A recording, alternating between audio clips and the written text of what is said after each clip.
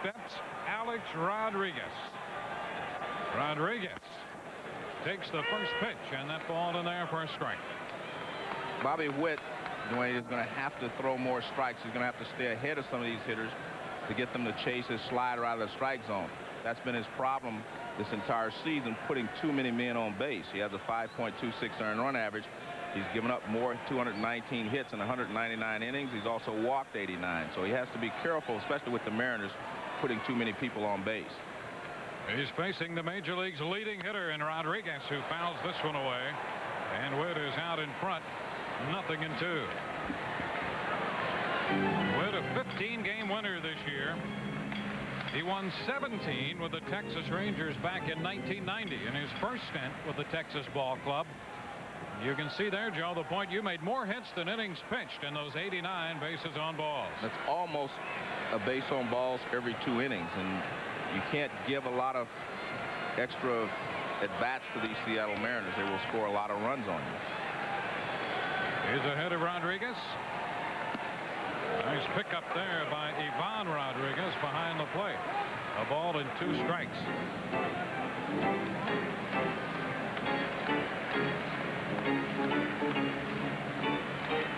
They call him A-Rod here in Seattle, Alex Rodriguez.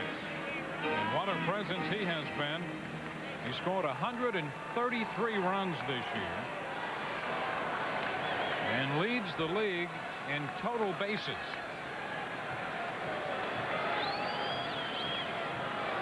Now the 1-2 stays alive, defeating that pitch. Just a piece of it. It's a nice pitch there by Witt. You see when he gets ahead in the count, he has something to work with. He can get hitters to chase this little splitter, or he can get them to chase a slider out of the strike zone. But when he does not get ahead in the count, he has to come in with the fastball, and the hitters are waiting for it.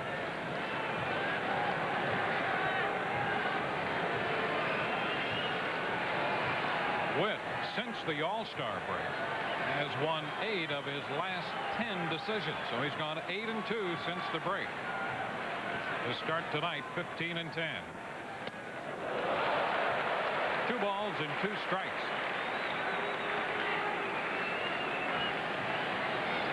When you think about the impact of such great sluggers as, say, Albert Bell, and then compare the numbers that this young man has put up to have more total bases than a slugger the likes of Albert Bell, and be just 21 years old. Some of the greatest numbers of all time for a 21-year-old. Off the glove of Witt, deflected to McLemore, and it goes through him. Cora's going to try to go to third, and he will. A little number, and the Mariners get runners at first and third.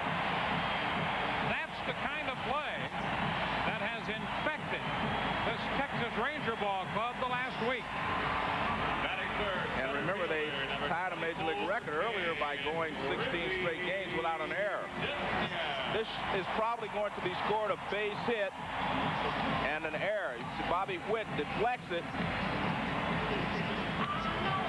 Now McLemore will come in. I think Joey Cora bothered him by running in front of him. I think he lost sight of the ball and went between his legs. Cora hustled all the way around to third base.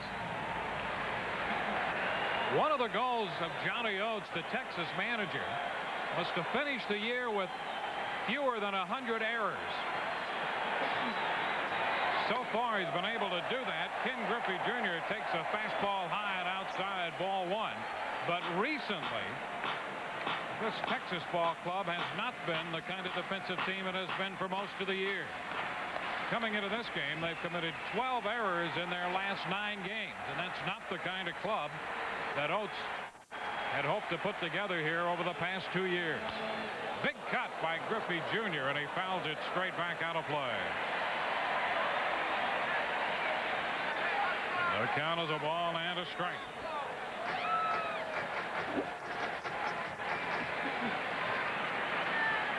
Griffey with 130 runs batted in.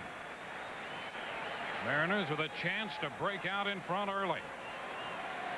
Seattle has won 6 in a row to close the gap to 4. They have 12 games left to play. He fouls this one back. That's a good high fastball from Bobby Witt. A little bit out of Griffey Jr.'s range, but that's good. If you can pitch upstairs, if you have good velocity and good movement. And Bobby Witt does have good movement. He's always had great stuff.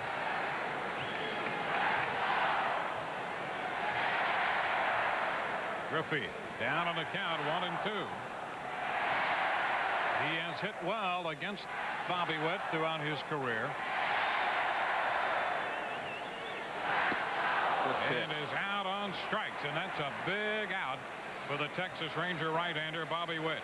And that's what I'm talking about. If you can get ahead in the count, he can get hitters to chase pitches out of the strike zone. This is never a strike. It starts, maybe it did start in the strike zone, but you see it breaks well out of the strike zone. And Griffey, with 2 strikes, cannot lay off of it. So it's imperative for Bobby Witt to stay ahead in the count, and then he can get some help. 1 out with men at first and third, and here's Edgar Martinez. Martinez, 6th in the league in hitting. And Witt starts him with a fastball and for a strike.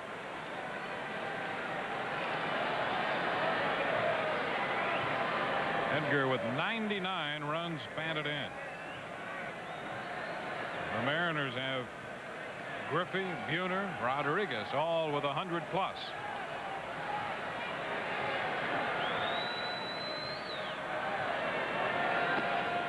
And a nice pickup there by Ivan Rodriguez. 1-1. Rodriguez showing why he has 4 consecutive Gold Gloves. And when you watch him, I mean, it's amazing how he comes up with a lot of these pitches. He's made at least 4 or 5 great plays already in this ball game. But when you have someone like Bobby Witt out there, you're going to have to make great plays, because he will bounce a few and throw a few high. Good pitch. And that's a strike. That gives Witt the advantage on Edgar Martinez. 1-2. The amazing thing about Bobby Witt, he'll throw one 10 feet over the head, he'll bounce one, then he'll paint the outside edge with a slider like that. I mean, you can't throw a better pitch than that. He walked Cora. Cora now at third, advancing on the infield hit and the error. First and third with 1 out. And the count is square at 2-2.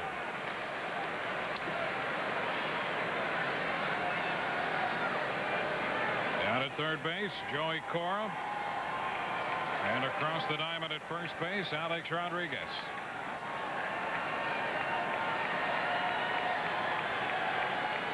Mariners have won the first 2 games 6-0 and 5-2. They threaten in the bottom of the first tonight. And a high chop. Elster at short, out at second, and over at first. They complete the double play. The Mariners put up a threat, but do not score as the Rangers get the double play ball from Edgar Martin. Rangers and the Mariners going to the second inning. No score from the Kingdome. Each team using the double play to get it out of a spot in the first. And the cleanup man, Juan Gonzalez, will open the second for the Rangers. The pitch from Sterling Hitchcock is in there for a strike. Gonzalez followed by Mickey Tettleton and Dean Palmer. Some offense on display tonight in these 2 lineups. Gonzalez, big strike 2. It's a good pitch there by Sterling Hitchcock. I think he's going to have to pitch Gonzalez inside if he's going to get him out. If he gets the ball out over the plate, he can be in trouble. The one spot to pitch him is inside if he can stay in there and not make too many mistakes with the ball moving back out over the plate. Gonzalez started to offer, but check. The appeal down to first base umpire Mark Johnson. Gonzalez has just had a fantastic season in that, I mean, he has kept Texas afloat. He's driven in a lot of key runs, and usually when they started, anytime they started downhill, he was there to bail them out. So he's had just a magnificent season.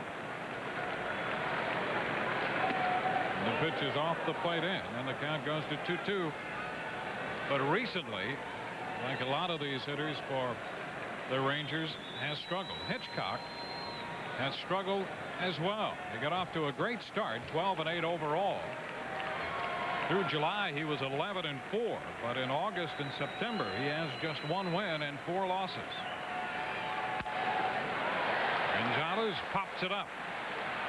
Sorrento out from first to make the catch. Nice pitch there from Hitchcock. He got the ball in again. Kind of tied Gonzalez up a little bit. And when you look at Gonzalez's numbers, I mean, he's only played 124 games, and he has 136 runs batted in. They're truly That's amazing. Yep, absolutely. He's averaging a run batted in under every 4 trips to the plate. Here's Tettleton. Tettleton just turned 36 2 days ago. The designated hitter. And the pitch is in there for a strike.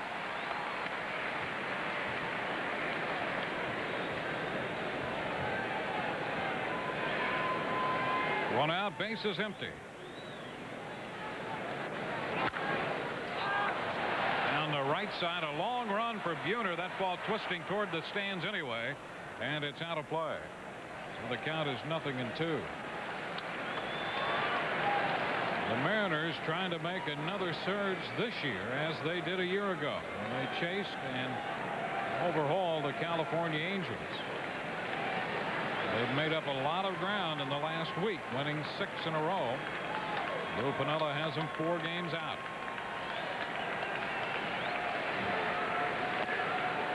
A ball and 2 strikes.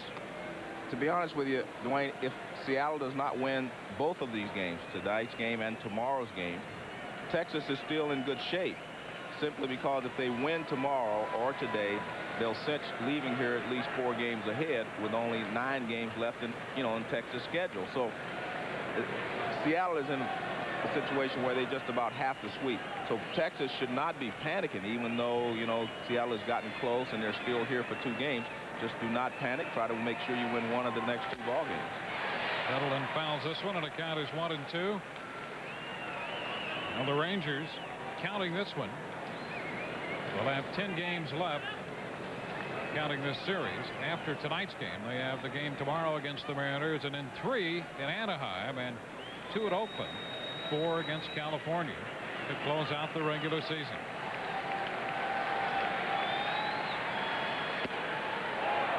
That will square the count at 2 balls and 2 strikes. But if you leave here with a 4-game lead with only 9 to play, I mean, you're in very, very good shape.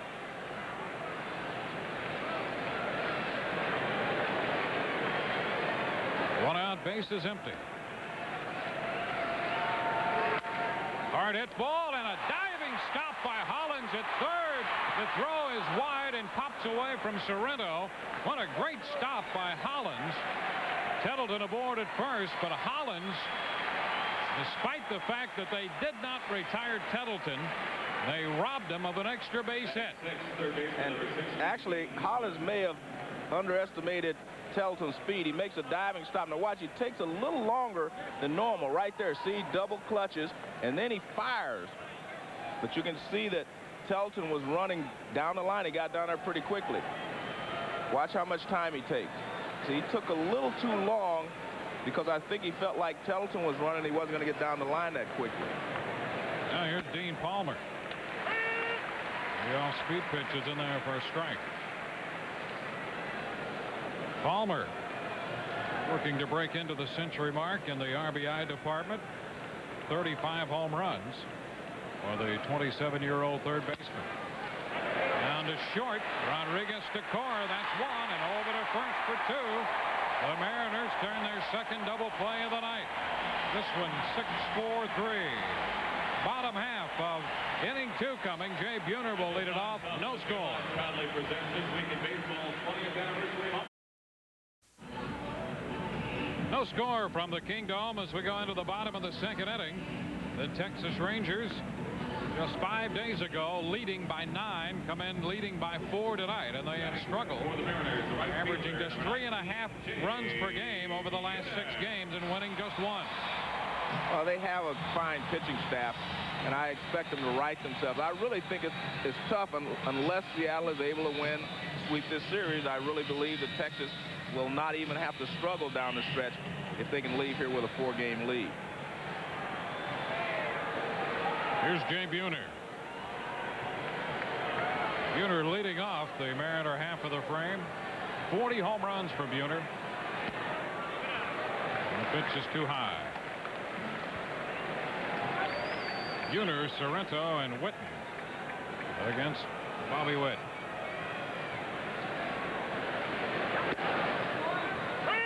One ball, one strike.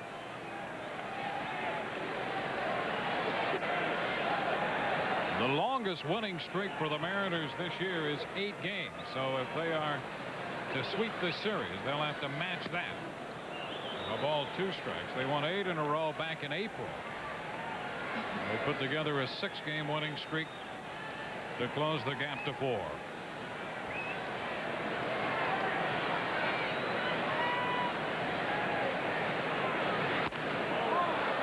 And Witt throws this one by Buhner for his 2nd strikeout of the night. We'll take a look at the Seattle lineup. For Lou Piniella, Cora, Rodriguez, and Griffey, Martinez, Buhner, and Sorrento in the middle, followed by Whitten, Hollins, and the catcher Dan Wilson batting 9th.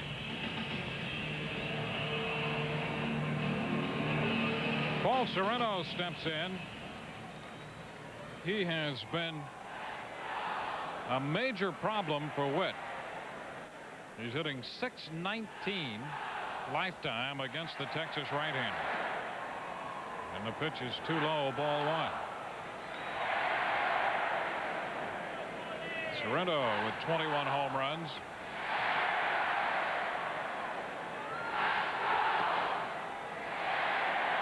(2-0).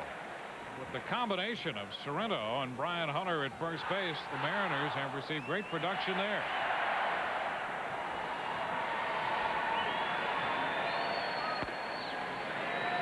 A 3-0 count. If you watch throughout the ball game, you'll see Bobby Witt do this periodically, where he just misses badly with pitches. Of course, you mentioned Sorrento is hitting well, so he's trying to make perfect pitches. So he'll throw 3 pitches just not even close, and then he'll throw a pitch down the middle. He's amazing sometimes. He must lose his rhythm out there on certain pitches when he misses so badly. The 3-1 is bounce foul down the right side. So the count is full. And throughout his career, that's been his history from the very beginning, when he came up initially with the Texas Rangers and then went on to Oakland and Florida, now back to Texas. He at times has been brilliant with that great arm. Against the Mariners, winless this year, 0-2. 0-1 against them last year. And he comes back to strike out Sorrento. So he throws 3 pitches that aren't even close to the strike zone. He throws 2 down the middle, and he breaks off a great slider for strike 3. I mean, that's a great slider right there. Great pitch. I mean, you're the hitter, Sorrento. You have to be looking for a fastball, and he comes with a beautiful slider. No chance. And sometimes it's tougher from a hitting perspective to hit pitchers who are more erratic than there are, than pitchers who are consistent with their stuff. But Bobby Witt has great stuff. And Joe, you're right about the fact that you can't look but anything but a fastball there, especially with Witt's history. You don't expect that 3-2 slider. Here's Mark Whitten. First pitch to him is in there for a strike. One thing Witt has done in this stretch since the All-Star break is trim that walk total quite a bit. Whitten behind in the count as Witt picks up that call. 0-2 the count. Well, he threw 3 balls not even close to start there. Now he's thrown 5 straight strikes. So that's the Bobby Witt the Texas Rangers would like to see, but he is just a little bit erratic on occasion. Whitten stays alive, fouling that one back. Witt 15-10 overall. You can see since the All-Star break, 8-2 with a .429 earned run average. And the walk total has gone from 5.1 every 9 innings to 3.2. Boy, he strikes out Whitten. So Witt dominates Seattle here in the 2nd inning. Strikes out the side. We're headed into the 3rd. No score. Steve Levy back in our Wednesday Night Baseball studios. Cubs and Cards from Busch And John Mabry's glove helped St. Louis win. Houston lost. So the Cards are up 4.5 in the Central. Their magic number is down to 6. Back to Seattle. Here we're headed into the third. A bunt attempt by Mark McLemore is fouled for strike one. No score. Rangers and the Mariners. A 4-game differential in the American League West. Texas out in front.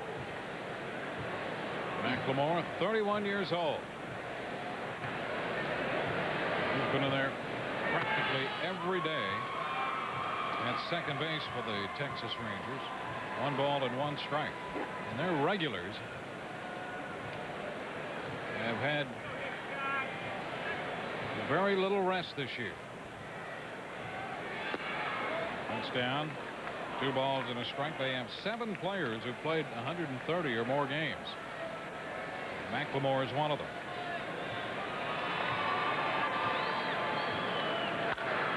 Ground ball headed to short. Rodriguez makes the play. Rodriguez to Sorrento, and McLemore is the first out. I felt starting tonight's action that it was important for Texas to score first. Bobby Witt has given them that opportunity, although the Mariners had runners at first and third with no one out in the first inning and didn't score. Because when you're struggling, you need to get on the board first, and especially against the Mariners, because they have lost 6 out of the last 7 that they have played with the Mariners. So they need to set the tone themselves by jumping out in front if they want to stop this Mariner ball club from overtaking them. The ball, no strikes, the count to Damon Buford. He lines this one toward the corner. That's going to be now for a base hit. Whitten cuts it off, and Buford will hold at first for the single. Hit number 2 for the Texas Rangers. Shortstop, number 18, Kevin Elster. This is a respect for Mark Whitten's arm, because in a situation like this, Buford, who runs well, may have tried to stretch this into a double. But watch Whitten, when he straightens up, he gets rid of it quickly. And again, they have a lot of respect for his arm, because he has one of the best arms in baseball. Throws off line a little bit, but he got rid of it quickly, and the strength of his arm keeps people from taking those chances. So the Rangers have had runners on base in each of the front 3 innings. But the Mariners have turned 2 double plays so far. Over to first, and Buford's back in. The hitter is Kevin Elster. What a year Elster's had. The average is down to 246. He has struggled recently. But the run production numbers have been unbelievable for the veteran shortstop. 95 runs batted in.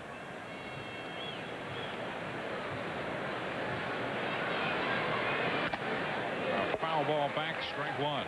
And can people remember back when Benji Gill went down at the beginning of the season? People thought, well, who's going to play for the Rangers and how are they going to cover up that hole? Well, Kevin Elster's done more than just cover it up. There you see Benji Gill. But he has played great. And you mentioned 95 runs batted in.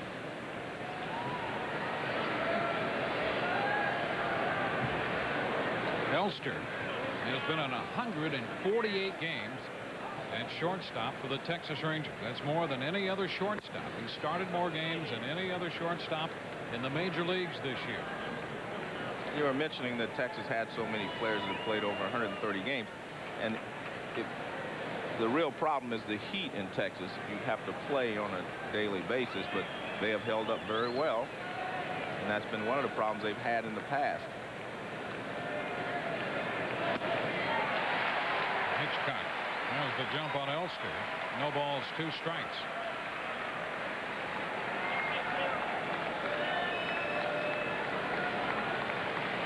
Hitchcock making his 33rd start, leading the Seattle staff in that department.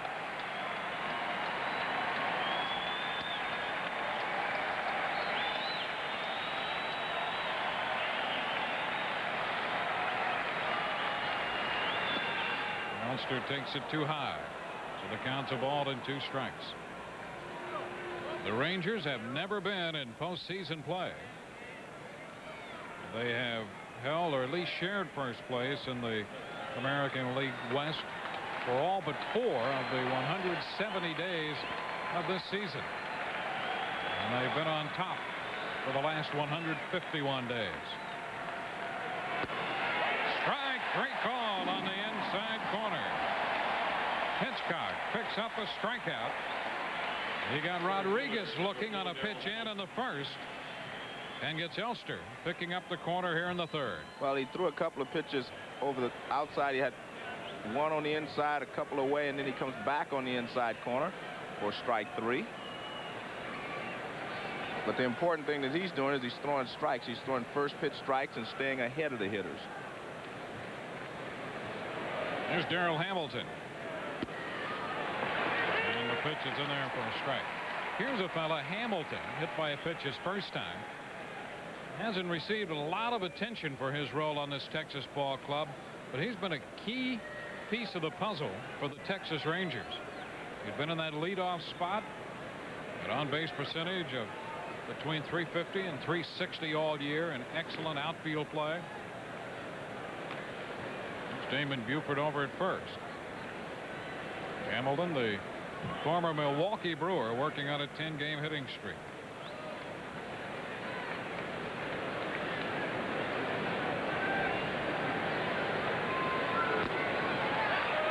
And Hitchcock is ahead of Hamilton, 2 strikes. Hitchcock is varying his motion. He's bothering Buford over at first base. Buford stole a lot of bases in the minor leagues. He has stolen 8 bases this year and been caught 5 times, but he seems to be having trouble reading where Hitchcock is going.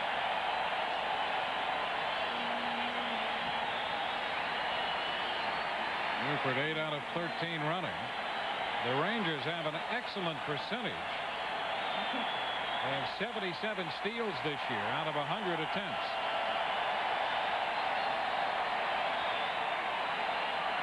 Hitchcock goes to first.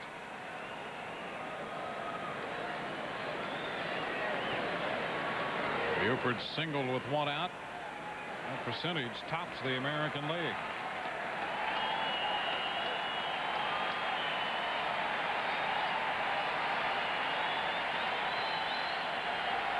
A pitch out, but nothing doing. Well, Buford, as I said, is having trouble reading him, and after this pitch, when Hitchcock kicks his leg, watch, he starts back to first base. See right there, so he's just trying to keep from getting picked off at this point.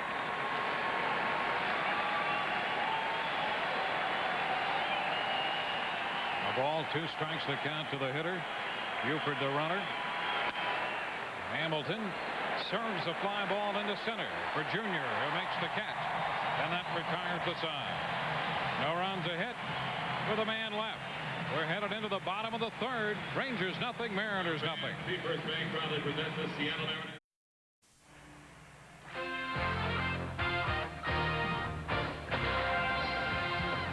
ESPN's Wednesday Night Baseball is brought to you by Domino's Pizza for hot and wow. Call Domino's now. And by Gateway 2000. Personalized computers shipped factory direct.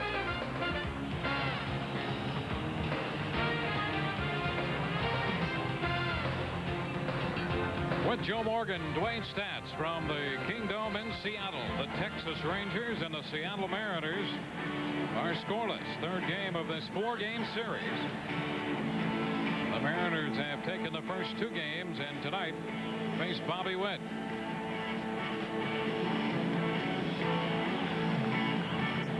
Witt with 4 strikeouts. He got the big double play out of Edgar Martinez in the first and then proceeded to strike out the side in the second inning. He got Griffey on strikes before the double play by Edgar Martinez. And here's Dave Hollins. Hollins sends a high fly ball back into left. Buford back near the track and just in front of the warning track makes the grab.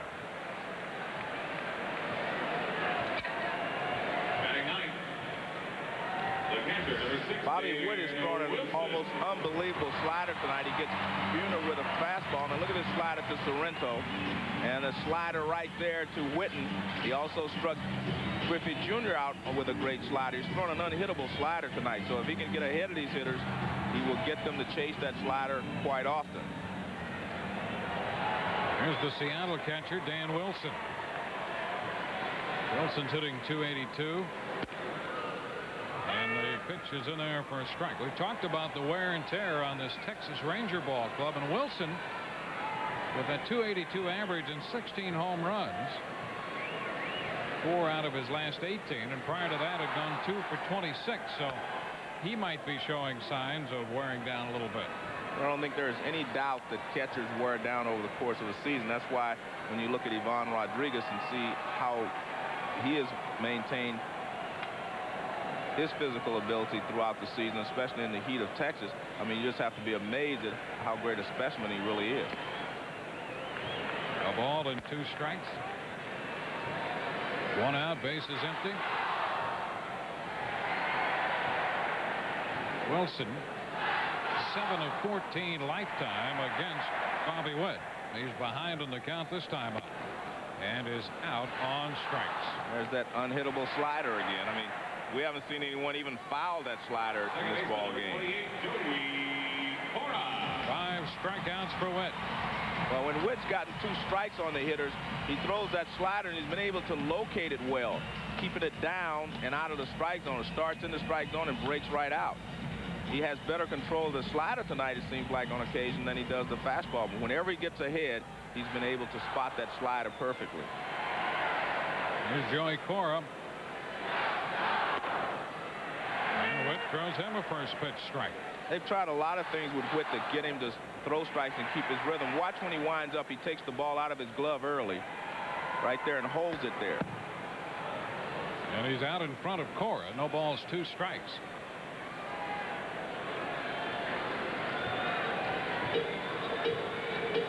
Well, he has been a challenge, Witt, for a number of pitching coaches. He has Dick Bosman here in Texas. Bosman following Johnny Oates here from Baltimore. The 0-2.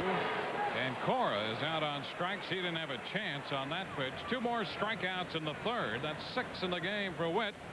We're headed into the 4th. It'll be Rodriguez, Clark, and Gonzalez do. No score. Now you can get the latest up-to-date information on your... On to the 4th inning already from the Kingdome. No score. The Rangers against the Mariners. Sterling Hitchcock back out on the mound for Seattle. Hitchcock's given up a couple hits through the first 3 innings and picked up 2 strikeouts along the way. He's made 9 first pitch strikes to the 10 hitters he's faced, and there's another one. Strike 1 to Ivan Rodriguez to start the 4th. If you watch the way they set up, they are determined to pitch Rodriguez inside and keep him from reaching out, driving the ball to right center field. Rodriguez, just 24 years old.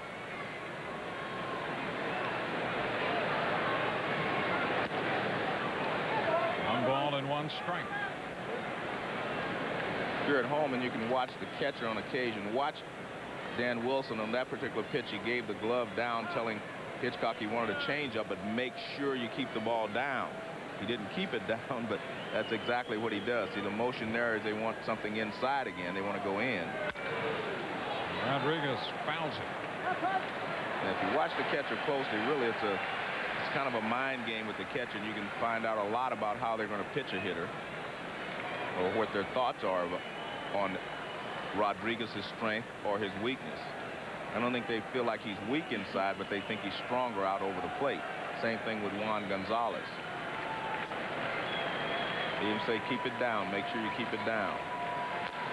And there's a little tap. Hitchcock makes the throw to first to get Rodriguez, and that's the first out here in the 4th inning. Texas had a man on with 1 out in the 1st when Will Clark grounded into the double play to get Hitchcock out of that spot. This is a nice double play, turned very quickly from Cora to Rodriguez to Sorrento. It wasn't as easy as they made it look. They turned it perfectly there. So here's the veteran first baseman. Clark started the night hitting .287.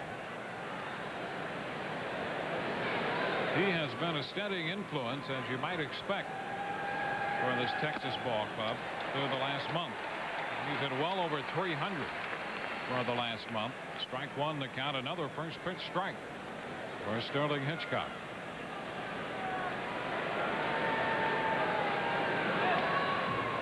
Outside, 1 ball and 1 strike. Not many of these Texas Rangers have postseason play experience, with the exception of this fellow here, Will Clark, who traditionally has been good in September and October.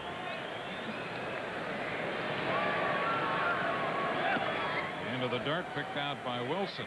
The count goes to 2-1. And it's interesting that the Rangers really haven't discussed that much.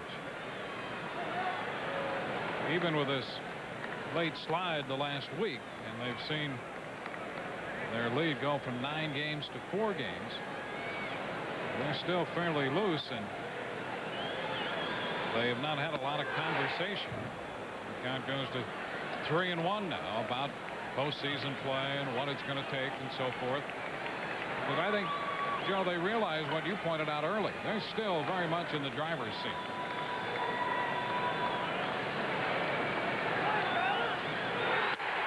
Clark drills the 3-1 pitch into left center field, and that ball will go 1 hop and over the fence for a ground rule double. The 22nd double of the year for Will Clark. This is one of the reasons that Will Clark handles left-handed pitching pretty well. He doesn't try to pull the ball all the time. Fastball away, and he just takes it to left center field. So that ball's away.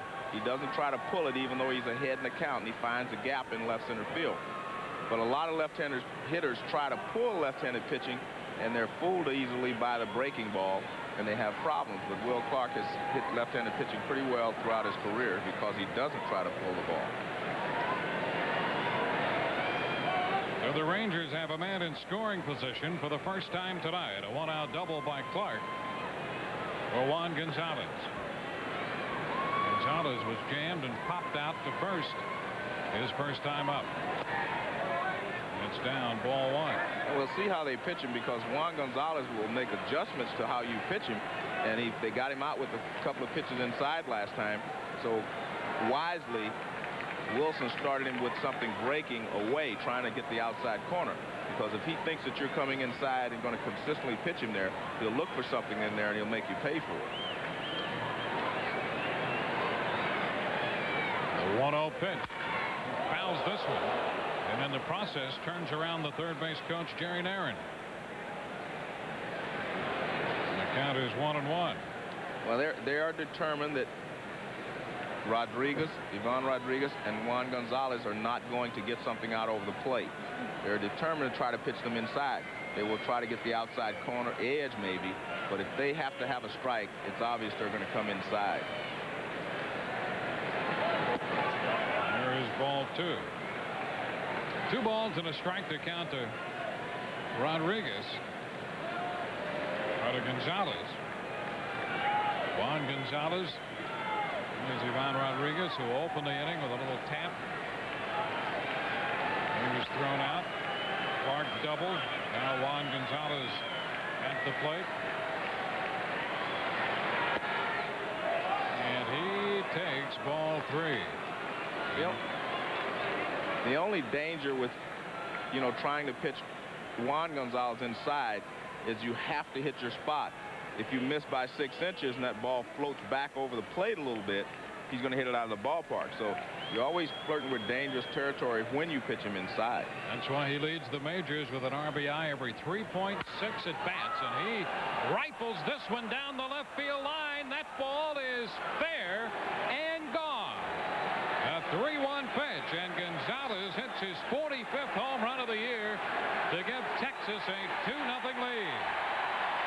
And you'll get another view of the pitch. They tried to go inside one more time, and they didn't get it in.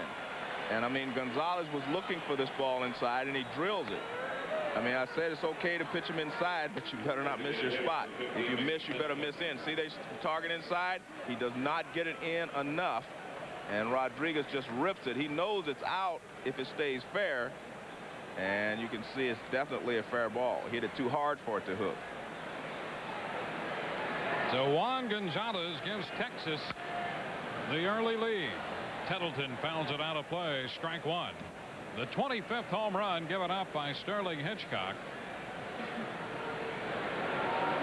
But after throwing a strike to Clark, he got behind him 3-1, and Clark doubled. Then he fell behind Gonzalez, and Juan Gonzalez hurt him with his 45th home run of the year. I don't even think it was because he was behind Dewayne that home run occurred. I think the fact that they had decided they were going to pitch him inside, and Gonzalez, as I mentioned, he knows what's going on at the plate. And if you miss your spot by 6 inches with these big sluggers, they're going to hit the ball out of the ballpark. So if you pitch inside, you have to miss. If you're going to miss your spot, it has to be off the plate more inside rather than getting part of the plate. And they've told us that during this stretch, when Hitchcock had struggled, going 1-4 in his last 8 starts, that has been his problem. He's not been able to hit his spots. It's easy, for me to sit here and say, well, you miss away, you stay away from guys like Gonzalez if you get ahead, especially after you've made them look inside.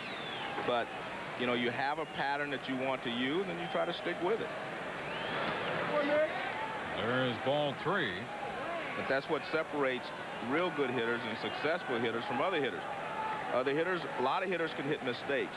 But if you're Juan Gonzalez and the great hitters in this league, not only they hit mistakes, they hit it out of the ballpark. Here's the 3-1 to Tettleton. And he fouls it out of play to run the count to 3-2. Coming into this inning, Hitchcock had not had a 3-ball count on any hitter. But he's had 3 in a row now to Clark, Gonzalez, and now 3-2 to Tettleton.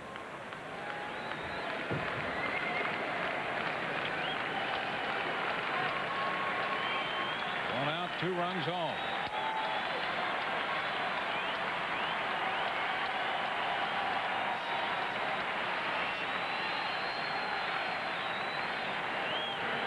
Tettleton stays alive. He fouls this one. And because Lou Piniella realizes he has to sweep this series to have a chance, he's got this bullpen already up right away, working here in the 4th inning. He cannot fall very far behind, and he realizes that. He's also aware of the fact that Bobby Witt is throwing well, so he cannot afford to fall too far behind. Rafael Carmona is the right-hander. Tim Davis, the left-hander, in the Seattle bullpen. Sterling Hitchcock will go 3-2 again to Tettleton. Tettleton right back down the middle, back into center, and Ken Griffey Jr. is there to make the grab. Third baseman, number 16, Dean Palmer. 2 outs here in the 4th.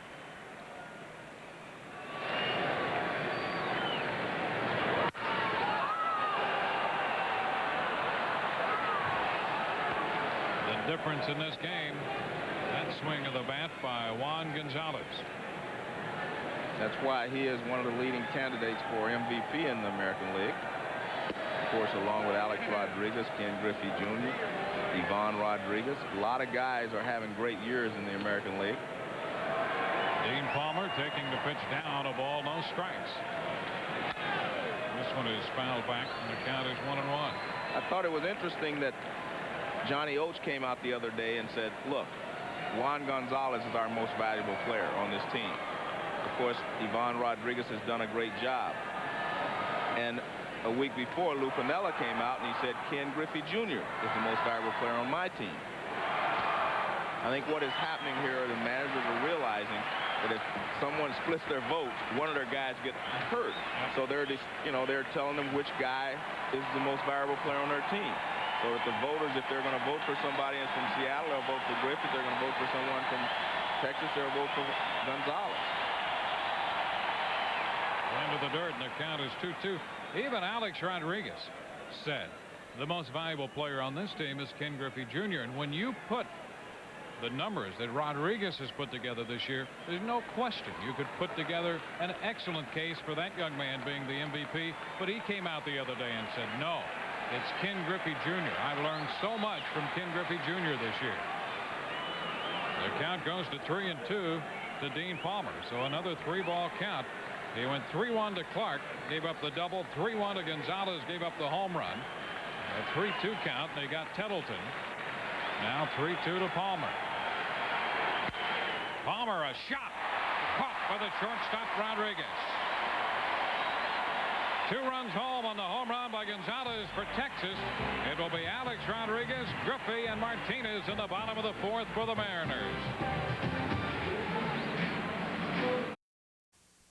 Steve Levy back in our Wednesday Night Baseball studios. The A's are trying to do what the Orioles have already done, homer more than the 61 Yanks. They're now 4 shy after Ernie Young got done with Chuck Finley in the 4th.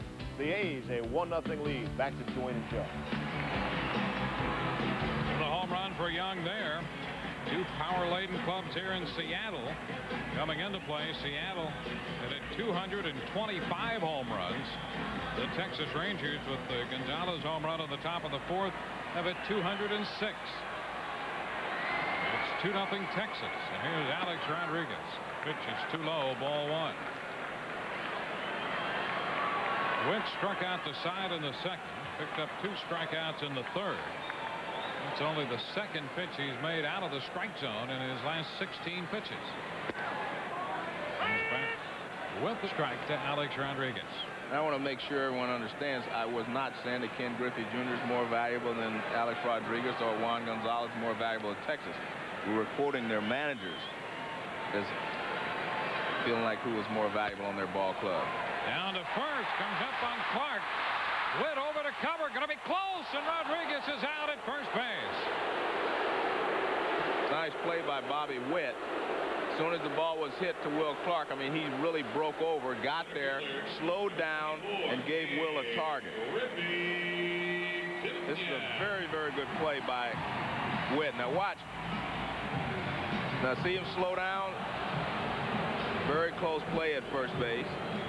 But watch, he knows he can't run through the bag, so he waits for the throw. Now watch, he'll kick the bag with his right foot. A very close play over there. Very close. Rodriguez retired, and here's Ken Griffey Jr. Jr. hits one a mile, but foul. Wow, Ken Griffey Jr. got around a little early. Hit that one with plenty to spare. That's the first time anyone has made contact with that slider. But like Juan Gonzalez, he will look for pitches because the guy got him out that way last time up. He figures he can handle it. The count's a ball and a strike.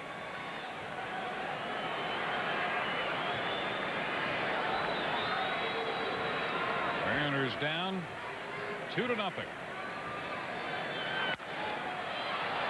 Hopper back of 3rd. Palmer digging hard in foul territory and cannot make the play. Very difficult play there for Palmer. He gave it a good effort. Almost made the catch. It's ball directly over his shoulders, and it's just hard to gauge when it's going to come down in the distance. And see, I mean, this is just a tough play. He's running full speed, trying to gauge when it's going to come down. It's right off the edge of his glove, and Ken Griffey Jr. stays alive. But Griffey Jr., he's had 2 pitches. Both of them have been out of the strike zone, and that's what the problem he had in the 1st inning with Witt, chasing that high fastball and the low slider. Now he's down on the count, 1-2. That squares the count at 2 balls and 2 strikes. If you're a hitter and you're facing someone like Bobby Witt, your first priority should be make sure that I get a strike to hit, because if you help him out chasing pitches out of the zone, you're going to really be in trouble. And if I was hitting against him, hey, I'd say, look, fastball, and if I get one, make sure you hit it. Line foul again. Out of play. That's another slider. This one was a little flatter. This was not the slider that he struck him out on in the 1st inning, or that he struck most of the hitters out so far in this game with. That one was kind of flat. Mariners have beaten Witt twice this year. He is 5-7 lifetime against him. 0-2 this year. Griffey fouls another one out of play. Not only does Witt throw hard, but he has very good movement on that fastball. That fastball is alive.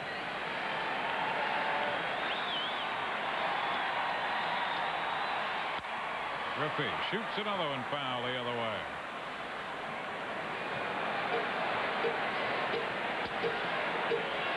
Here's the pitch he struck Jr. out on in the 1st inning. But look at the movement on that pitch, the break. Jr. swings way over the top of it. Really no chance on that pitch. That was the first slider he had seen in this ball game. He has since seen a couple, so he's been able to foul them off. And that was a big strikeout. Seattle admitted first and third and nobody out at the time. There's a base hit to the right side. Griffey picks up the second Seattle hit tonight. I think that's one of those times where Griffey says thank you. Because Ivan Rodriguez wanted to go away with another fastball. He was shook off by Witt for a changeup. This is a changeup. Remember now, Griffey was late on the fastball, so he gets right on the changeup. If a guy's hitting your fastball foul down the left field line, you don't throw him a lot of changeups. He's late on one. Don't speed his bat up by throwing in the changeup. So Griffey's at first with one out for Edgar Martinez. Martinez grounded into the double play started by Elster in the first. And the pitch is in there for a strike. Martinez at 333, sixth in the league.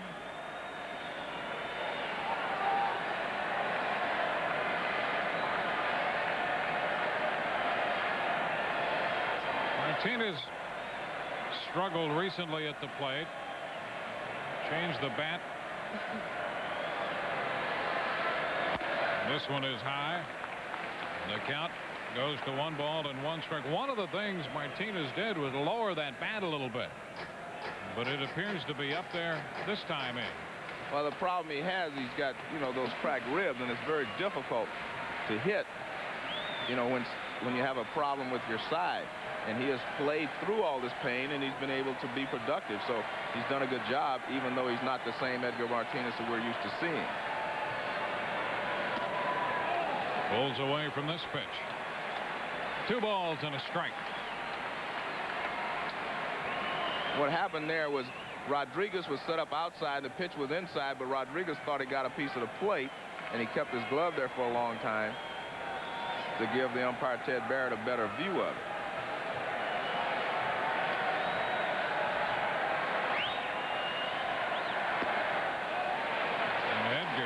Takes another one off the plate, and the count goes to 3-1. So a couple very close pitches here by Witt. Well, he's just barely missing. These pitches were strikes in the first inning, but you can see that ball does move just a little bit off the plate, and Rodriguez tried to frame it there. So now Martinez is up in the count. 3 balls and a strike. And this one darts low. Well, Witt would not come in with that fastball. He walks Martinez. Right fielder. That pushes Griffey up to second. 2 men on with 1 out. And Jay Buhner is going to be the hitter. I think one of the problems when you look at Bobby Witt, Bobby Witt is a power pitcher. He can overpower most of the hitters in any lineup. But when he tries to finesse, I think that's when he gets in trouble a little bit. He tried to finesse there with a 3-1 pitch to Martinez and also a changeup to Griffey. Here's Jay Buhner. He goes out after that one and misses. Strike 1.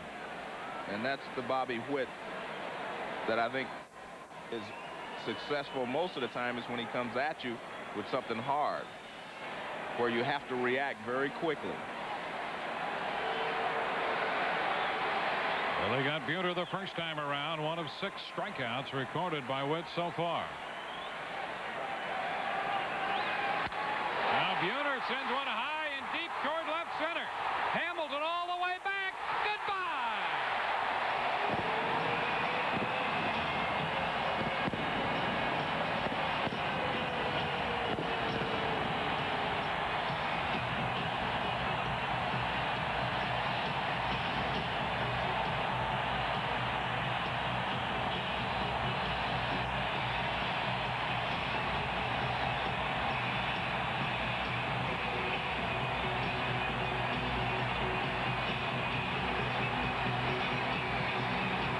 This fastball down, and it didn't seem like he threw it as hard as he did the other ones. You see Hamilton goes all the way to the wall, but really no chance. Jay Buhner hitting his 41st home run of the year. A 3-run shot. And the Mariners have answered the home run by Gonzalez in shot by Buhner in the bottom of the fourth, and now take a 3-2 lead. Well, one thing to remember, he struck Buhner out in the first inning with a fastball, but it was a high fastball. The fastball is up, which is toughest to hit. This is a fastball that's down, and when it's down, you don't have the same velocity on it that you have up and out of the strike zone. So Buhner got it, he was down, and he drilled it. He says he wants that ball for some reason. He has 129 runs batted in. And here is Paul Sorrento. Sorrento lines one the other way. Base hit into left. Oh, Sorrento keeps it going. Well, this is one time in the ball game where you do need some leadership on the field, because Bobby Witt just has to settle down. He's throwing well. He just has to make sure he doesn't lose confidence in his stuff. He still has great stuff. Just let it go. I mean, you're facing a very good ball club, so if you do make a mistake here and there, they're going to hurt you. And that's what has happened, but he still has good stuff, and he just has to trust that stuff. Now Mark Whitten steps in. The crowd again into this contest. And the first pitch to Whitten is in there for a strike. In my opinion, he got in trouble when he shook Ivan Rodriguez off to Griffey. Griffey was having trouble with the fastball. He was having trouble with the slider, so he threw him a changeup. Griffey got a base hit. He shook him off on a 3-1 pitch and threw a changeup to Martinez and walked him. An 0-1 count. Upstairs, we saw the Texas bullpen. Matt Whiteside, the right-hander. Dennis Cook, the left-hander. Whitten has hit 10 home runs since coming to Seattle. After spending time with the Phillies and the Braves this year, he's enjoying his stay here in Seattle. And he's actually hit 20 home runs this entire season, counting the American League and the National League together. 2-1. Now he hit 7 with the Phillies and 3 in his time with Atlanta. He's filled that left field spot very well and given the Mariners another big bat.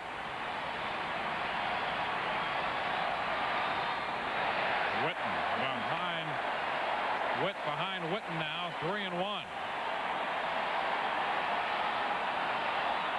You can see the expression on Bobby Witt's face, his body language. Johnny Oates, the Texas manager. This is why managers have so many gray hairs. 3-1 and a big rip and a foul ball back. Yeah, but he can't hit that pitch. That pitch is up and it's got a lot on it, and that's the pitch that Bobby Witt probably wanted to throw Jay Buhner, because that's the pitch he struck him out with in the first inning, but he got it down. That fastball up there, very few hitters are going to be able to hit it. They may be able to foul it, but not put it in play very often. Whitten looking for the 3-2 from Witt. And he struck him out. And boy, that's a tough pitch. Witt made a good pitch when he needed it that time. Well, because he gets you where you have to look for the fastball. I mean, you will chase this slider because you think it's a fastball right about there, and then there's no place to go when it starts to break. I mean, that's just a beautiful pitch, and we've seen him do that several times tonight. 7th strikeout for Witt, the second out in the Seattle 4th. Now Dave Hollins. Hollins had a big base hit in last night's game. Drove in 2 runs with a base hit in the 6th inning. Now step throw down to first by Gonzalez, and back in safely goes Paul Sorrento. And how quickly can you get a ball to first base? I mean, that was almost unbelievable. Watch how quickly he just... There you see Sorrento diving back. He's safe.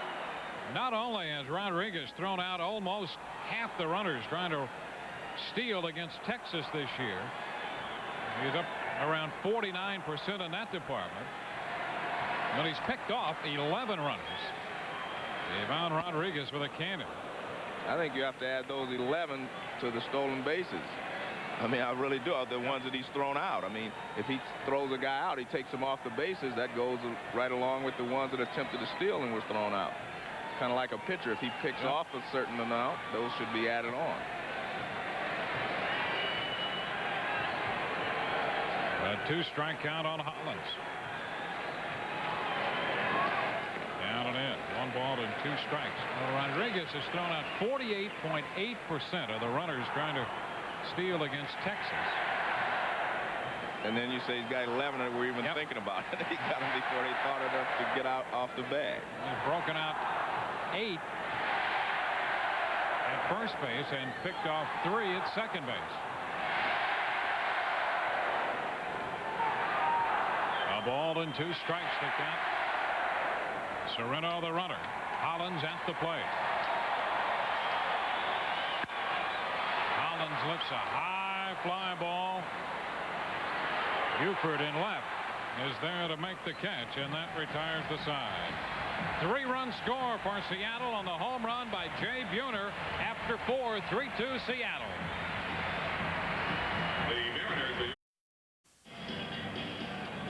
Home runs accounting for all the scoring in this game. Gonzalez a 2-run homer in the top of the 4th for the Rangers. A 3-run home run by Buhner in the bottom of the 4th for the Mariners. Texas coming in to hit in the 5th inning, with Mark McLemore leading off against Sterling Hitchcock. Hitchcock got McLemore on a ground ball to short in the 3rd. And he throws a first pitch strike. And that's what Hitchcock was able to do in the front 3 innings. And then in the 4th inning, kind of got out of kilter a little bit.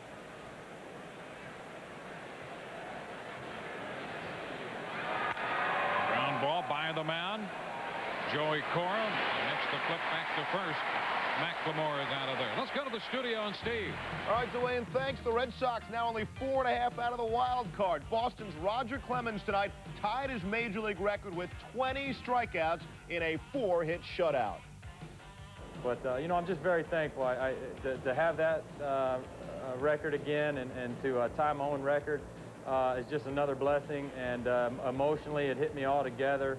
It's just special. Clemens with 20 strikeouts, picking up his 10th win of the year.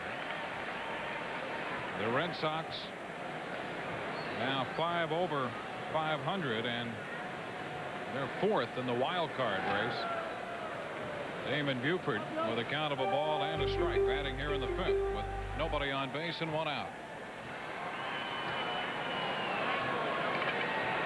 The Rocket has been throwing very well. This one is high. 2 balls and a strike, as those 20 strikeouts would obviously punctuate tonight. Speaking of good arms, Bobby Witt in the Texas dugout talking over the bottom of the 4th inning when Jay Buhner got him for the 3-run home run. Well, what was interesting is between innings we had a shot of him talking to Dick Bosman. He was saying that he didn't extend his arm well enough to get that ball to move away from Buhner, and it kind of moved in a little bit like a sinker with not quite as much stuff on it. Now we have a full count. Buford took that pitch close, and the count goes to 3-2.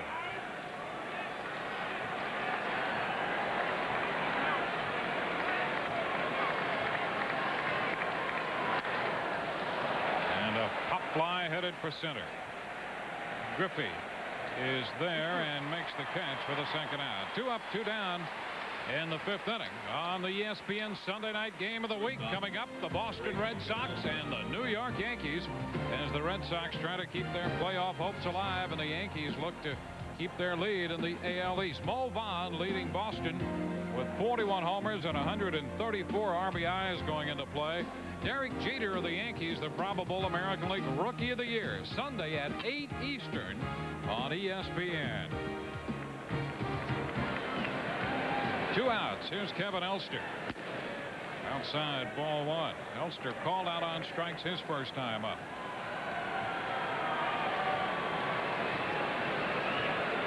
At 245 for the Texas shortstop. 2 balls, no strikes. Elster now 6 out of his last 50.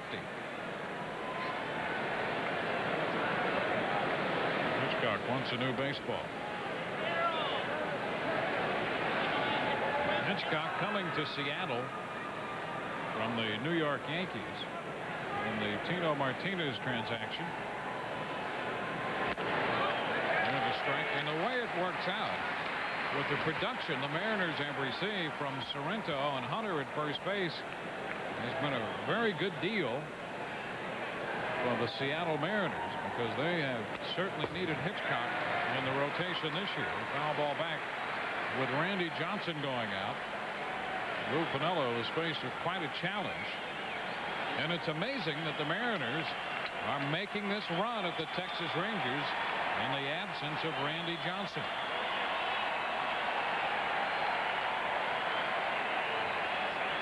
Two-two the count to Elster. Actually, it's been a great trade for both teams, Dewayne, because Tino Martinez has done a great job for the Yankees, and he's got to help put them in first place in the East. And Elster's out on strikes. A 1-2-3 fifth for Hitchcock against Texas. Bottom of 5 coming, 3-2 Seattle.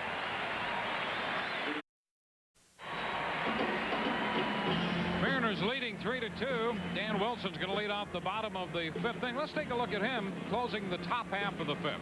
Well, watch how late he moves to move inside, and that's probably because someone may have felt like he moved in too quickly when Gonzalez was hitting and gave away the pitch. I don't think he's been moving too quickly, but somebody on the bench may have felt that way, so you'll see him try to move later now. Because a lot of times if you watch a catcher, you can see them move a little quicker, and if you're a good hitter, you can feel them move, and you'll know where they are. If you know where they are, you know what the pitch is. Wilson, a strikeout victim his first time on the wet slider. Count goes to 1-1 here as he opens the bottom of the 5th. You mentioned how he has struggled lately, but you also have to give him all the credit in the world for what he's done with this ball club this year, driving in runs and handling this pitching staff. This one is fouled out of play, and it counts a ball and 2 strikes. Well, the pitchers think he's done a great job behind the plate. He's been outstanding throwing. As a matter of fact, Wilson has thrown out Kenny Lofton and Tom Goodwin 3 times each this year. That's quite an accomplishment. I think he's the only catcher who can brag about that. He's a one-hopper to short. Elster with a pickup and a routine play. That's the first out in the bottom of the 5th inning. Mariners leading 3-2. They've won 6 in a row. Coming into this one, trailing Texas by 4. The Mariners tops in runs scored, including the 3 tonight. They've scored 920 runs this year. There's the line on Witt.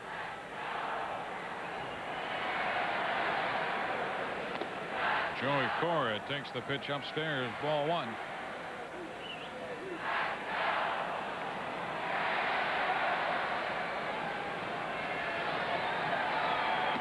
This one is Johnny Oates, the Texas manager, talking before the game about a page he had taken from Cal Ripken Sr. in his Baltimore days. The formula: score me 800 runs and commit fewer than 100 errors, and we've got a pretty good chance of winning. Well, the 100 errors is still a pretty good marker, but this year, those 800 runs, a lot of teams pushing that 800 run mark. Cora swings and drives one back into right. Gonzalez looking up on the track and is there to make the catch. 2 gone. Base is empty. Tomorrow at 8 Eastern on ESPN, and ACC Showdown. 3rd-ranked Florida State travels to North Carolina State to take on the Wolfpack. Seminoles held Duke to just 91 yards of offense. Coverage begins with a weekend kickoff show tomorrow, 7:30 Eastern on ESPN. Again, kickoff is 8 p.m. Eastern here on ESPN. Base is empty with 2 outs for Alex Rodriguez. Down he goes.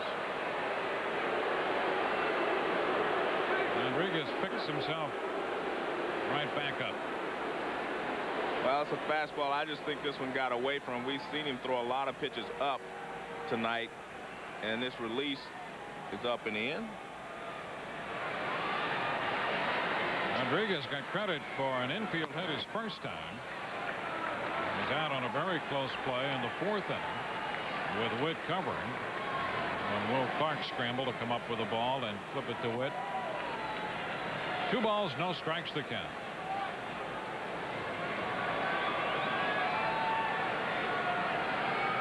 All the scoring coming in the 4th so far. 3-2 the score. That's an interesting call there. Rodriguez was trying to get him to use the fastball a couple of times in the 4th inning. He didn't want to use it. He gave him the fastball sign, and then he told him to stop, back off, and he went back to a slider. He felt like Rodriguez would be chasing that slider instead of giving him a fastball to hit. There's another one. Too dandy to square the count at 2 balls and 2 strikes. Well, you mentioned it early tonight. It seems he'd had better control of the slider than anything else, and he has proven it to Alex Rodriguez here in the 5th inning after falling behind 2 balls, no strikes. Holds the count right there. And Alex Rodriguez, 204 hits. That's the most ever by the Seattle Mariner in a single season.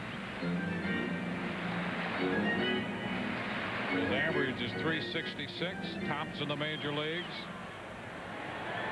He's among the league leaders in on-base percentage, slugging percentage. Full count. There's some great young talent on these 2 clubs. Alex Rodriguez and Ivan Rodriguez, they're around the plate right now. The 3-2. And there's ball 4. A 2-out walk. And that's going to get another outstanding talent. Ken Griffey Jr. strolling to the plate. That's the first time he's thrown a 3-2 slider tonight and not been able to get the strike. This will be interesting for me to see how he attacks Griffey this time.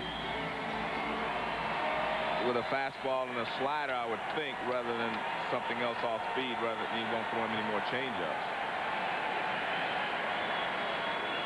Griffey struck out in the 1st, single in the 4th. And a line shot. That ball's headed toward the corner. Gonzalez plays it off the wall. It's going to be 2 for Griffey. Rodriguez goes to 3rd. Ken Griffey Jr. jumped on the pitch and drives his 25th double into right. Sometimes I'm amazed at how these hitters react so quickly to how they're pitching them. He knew that he wasn't going to throw him another changeup, so Griffey's sitting on this fastball because this one's up a little bit, but he reaches out and rakes it into the corner. I mean, Griffey has tremendous bat speed. I think that's the thing that makes him a great hitter.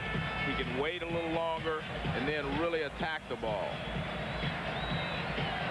Dick Bosman, the pitching coach, is on his way to the mound as the Rangers get the bullpen up again. So this threat coming with 2 outs, the walk to Alex Rodriguez, and then Griffey's double. Edgar Martinez will be the hitter. 3-2. Seattle already leading. Jay Buhner hits behind Martinez. Buhner gave the Mariners all their runs with his 41st home run of the year in the 4th.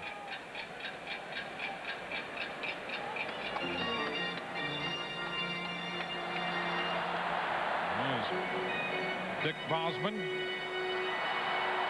headed back into the dugout.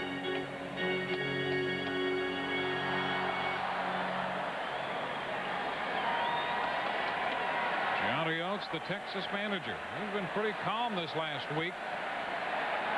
He has to remain calm because the team will take their guidance from him. Edgar Martinez takes a strike.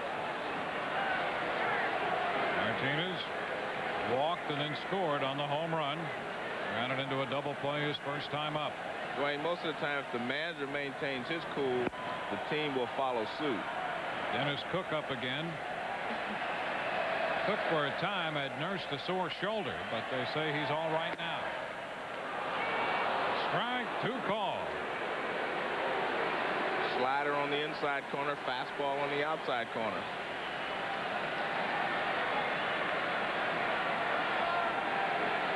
Witt facing the top slugging team in the major leagues, the Seattle Mariners. 0-2 the count to Edgar Martinez. 1 ball, 2 strikes. One thing that Witt has done the entire ball game, Dewayne, is he has been able to stay out of the middle of the plate. He's been on one part of the plate or the other, but he's stayed out of the middle. I think he's thrown the ball very, very well tonight. Now he steps back. 2 men in scoring position. 2 outs. Alex Rodriguez third. Ken Griffey Jr. at second. The 1-2. And there is strike 3. Big strikeout for Bobby Witt, his 8th of the night. The Mariners strand 2, and at the end of 5, it's 3-2 Seattle. The Mariners close out this final home game. Bobby Witt registered a major strikeout of Edgar Martinez to end the 5th inning and strand 2 Seattle base runners in scoring position. So it's still a 1-run ball game here. 3-2 Seattle. As we head into the 6th inning, Sterling Hitchcock goes back to the mound to face the top of the batting order for the Texas Rangers. Here's Darrell Hamilton. And the pitch from Hitchcock is upstairs, ball 1. Hamilton out on a fly ball to center his last time after he was hit by a pitch the first time around. Hitchcock picks up the corner, and the count is 1-1. Seattle 8-3 this year against Texas. They won the season series last year, winning 10 of 13. Foul back, and the count is 1-2. They have dominated this Texas club over the last 2 or 3 years, dating back to 1994. Lou Piniello's club up by a run as we play in the 6th inning tonight, having won the first 2 games of the series already. 2 balls, 2 strikes the count to Hamilton. Here's the breakdown. Head-to-head since '94, the Mariners have won 27 out of 34. Scoring 7.1 runs a game. Texas a little over 4. Down to first. Sorrento will make the play unassisted, and Hamilton is the first out in the 6th inning. The catcher, Ivan Rodriguez. Now the Oats club broke out in front on the home run by Juan Gonzalez in the 4th, but he saw Seattle come right back and score 3 in the bottom of the inning. Here's Ivan Rodriguez.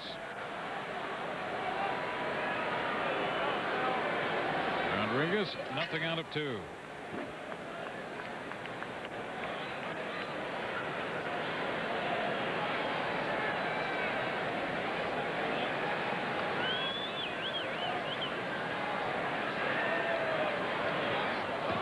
Ball 1 as it skips by Dan Wilson and goes all the way back to the base of the stands. Well, obviously, this is an inning that Hitchcock has to be careful because you do not want to let anyone get on base, so that you'll have to face Gonzalez with someone in scoring position. I mean, with someone on base where he can put them back ahead. This one just fouled outside of 3rd. A ball and a strike to count to Ivan Rodriguez. The only way you want to face Juan Gonzalez if you're Hitchcock is with no one on base.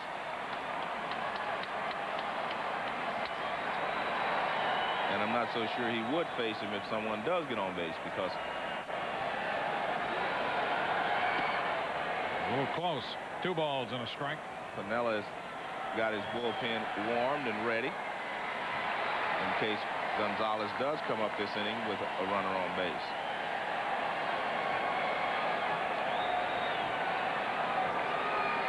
One out, base is empty. A 1-run ball game.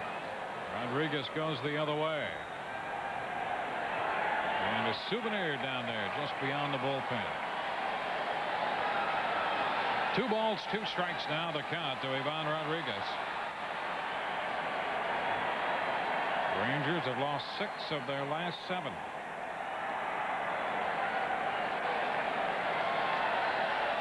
They're on a 9-game road trip. Into the dirt. And the count goes to 3-2. Sterling Hitchcock, just over 90 pitches. Hasn't walked anybody. 3 strikeouts. Both runs coming on the Juan Gonzalez home run of the 4th.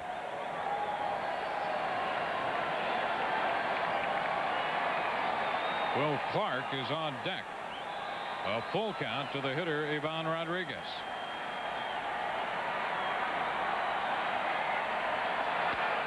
He was jammed and pops it up. Out number 2 as Hollins takes care of that one. Coming up Saturday on ESPN, it's a college football doubleheader. Head coach Johnny Majors leads the Pitt Panthers against 7th-ranked Ohio State at 12:30 Eastern.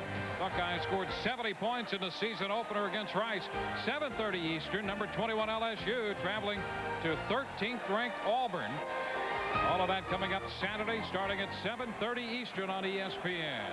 Here's Will Clark. Taking the first pitch too low, ball 1.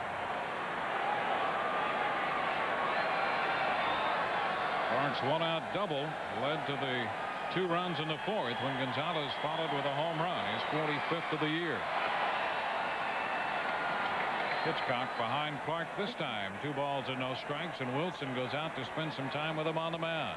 And there's no doubt that, in my mind, that Hitchcock is really starting to struggle out there. He's missing badly with a lot of pitches. And he was fortunate to get away with the pitch that he got Rodriguez out on. I think Rodriguez's bat right at this point is just a little slow. It's still dragging a little bit through the hitting zone. Because he had a pretty good pitch to hit, and he actually jammed himself. Hitchcock coming off a no decision. His last time out. Picks up a strike here. It's 2-1. He worked an inning and 2/3 against Minnesota. And again has not won a game since he beat the Yankees on the 16th of August. Picked up a 6-5 win in New York. Pitched 7 1/3 innings in that game. 2 outs, bases empty. 2-1 the count to Will Clark. Now Hitchcock comes back to go even here on Clark. 2-2.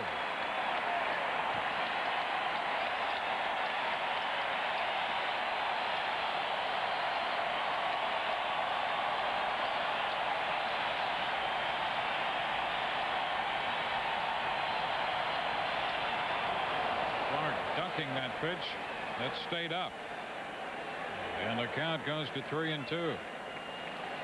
And more than likely this is his last pitch of the ball game, one way or the other. If he gets Will out, he probably will not start the 6th. If he doesn't get him out, he's definitely not going to pitch to Juan Gonzalez. Gonzalez on deck. Hitchcock making his 7th attempt to win his 13th game of the year, and he misses to Clark to walk him. So he gives up his first walk. It comes with 2 outs in the 6th inning. Vanilla has had the bullpen busy. Yeah, there's no way. Wu starts the stroll toward the mound. Yeah, there's no way he's going to let him pitch to Gonzalez again. So, and I think this is a smart move. I mean, again, he's starting to struggle a little bit out there, and you want a fresh arm to pitch to Gonzalez in this situation. So Hitchcock giving up the walk to Will Clark. And there's the move to the bullpen. Gonzalez will be the hitter, Jackson the pitcher, and we'll be back in a moment.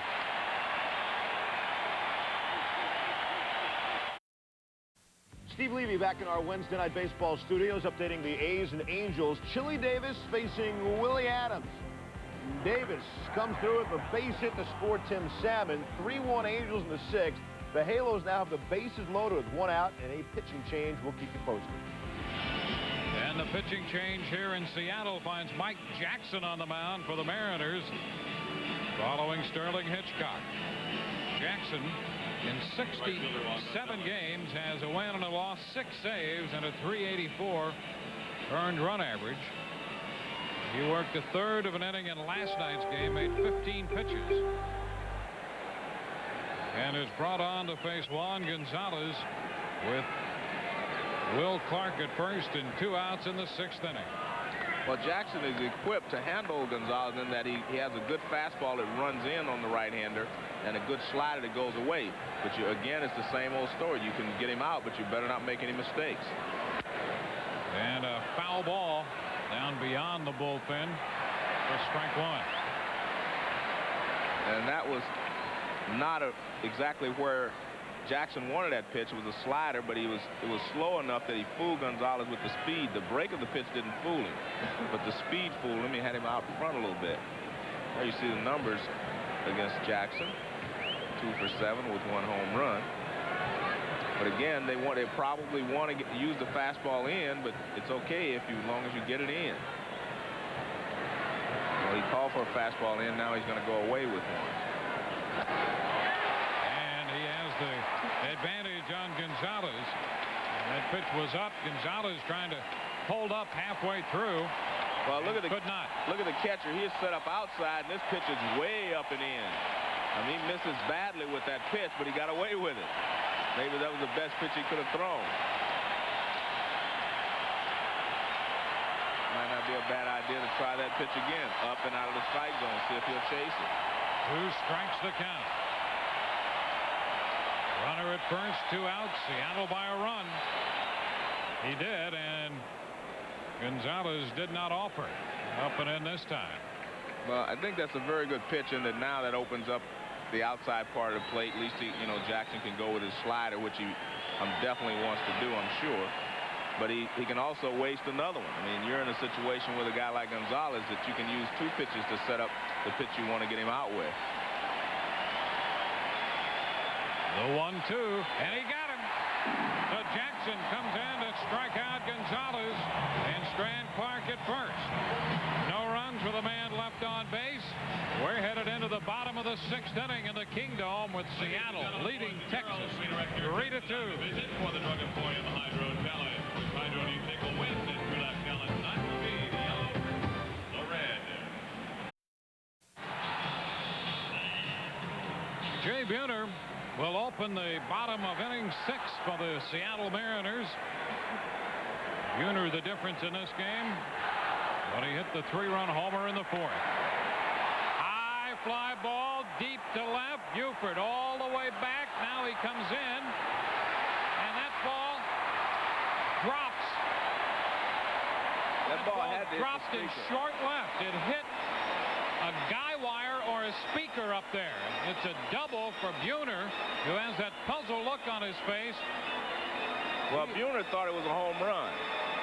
Buhner's saying he hit it well enough to get it out of here, and he sees the ball drop on the field. I mean, he's if you didn't think the ball was going out, you'd be happy that it hit something you'd had a base hit. He thought the ball was going out, and so did I. I actually thought he got enough of it to get it out of here. Well, Buford went back, was trying to pin himself against the wall in case he had a chance. And then the ball struck either the speaker or a guy wire up there. Johnny Oates. I think you're right. It didn't hit the speaker. It probably hit a wire because it wasn't far enough left to hit a speaker, I don't think.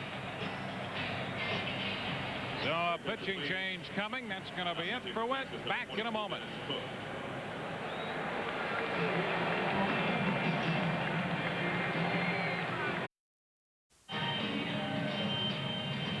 The Mariners lead 3-2. Jay Buhner thought he had another home run as he talks it over with Kevin Elster and Mark McLemore. Here's Buford. He was all the way back to the wall expecting this one to go out.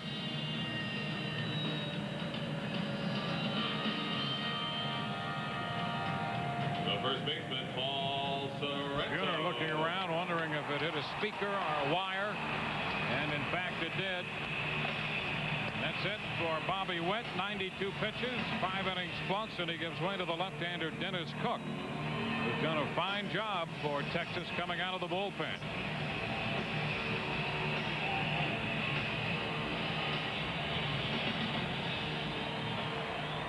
Eight strikeouts for Witt, who departs trailing 3-2 and is responsible for a runner on as he leaves. Here's Paul Sorrento facing the left-hander Cook. And he picks up the strike zone on the edge. Strike one. I can see where Bobby Witt, was 8-2 in his last 10, decisions, because he's throwing the ball very well. It's just hard to go through this Mariner lineup without giving up any runs. He was throwing the ball well. He actually pitched very well, I thought.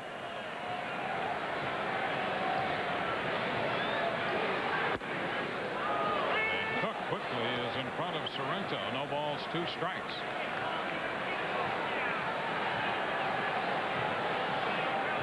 Mariners left 2 men on base, 2 men in scoring position in the 5th when Edgar Martinez struck out. Now they have Buhner at second with nobody out in the 6th.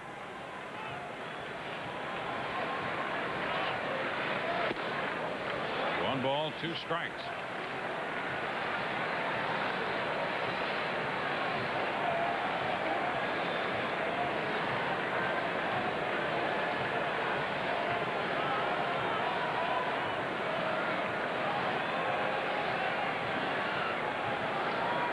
The 1-2.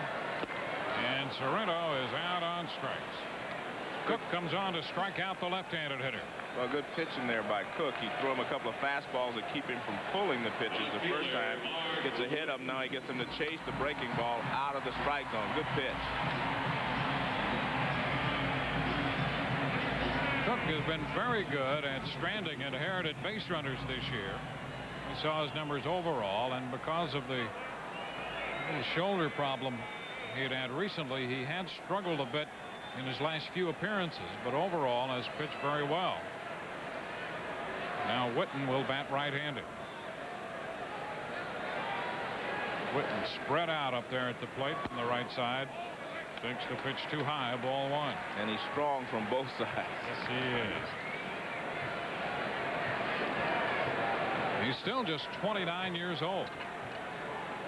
Whitten's come over here. Hollins on deck has come over. Almost everyone the Mariners have picked up has contributed to this ball club. 2 balls, or 1 ball and 1 strike now.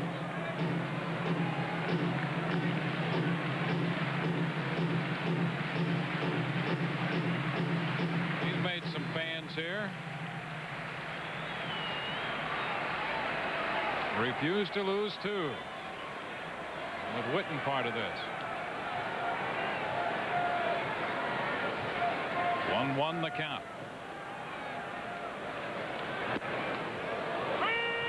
Cook picks up strike 2. So Cook is coming out of the bullpen throwing strikes. He got ahead of Sorrento, struck him out. Now the jump on Whitten, the ball in 2 strikes. They're trying to keep the deficit at 1 for Bobby Witt.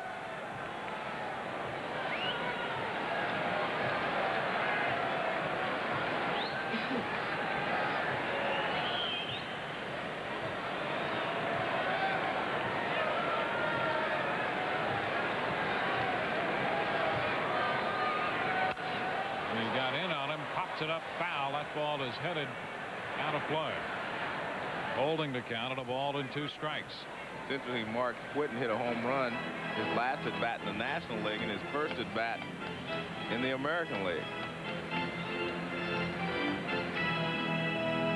And is settled in here in Seattle. He really doesn't have to shoulder the load here. He's got all of this hitting talent around him with Rodriguez and Griffey and Martinez and Buhner. He's a contributing member of this cast and feels comfortable here in that role in Seattle. Plus he features that strong arm in the outfield.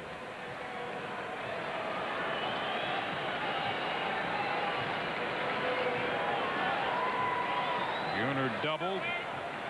Sorrento struck out. Cook ahead of Whitten.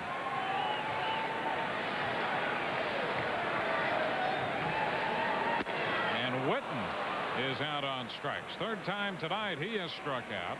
So Cook comes on to strike out Sorrento and Whitten. Third baseman Dave. This is an excellent pitch right on the outside part of the plate with good velocity. After throwing him a couple of breakers ball, you could see Bobby Witt enjoying it.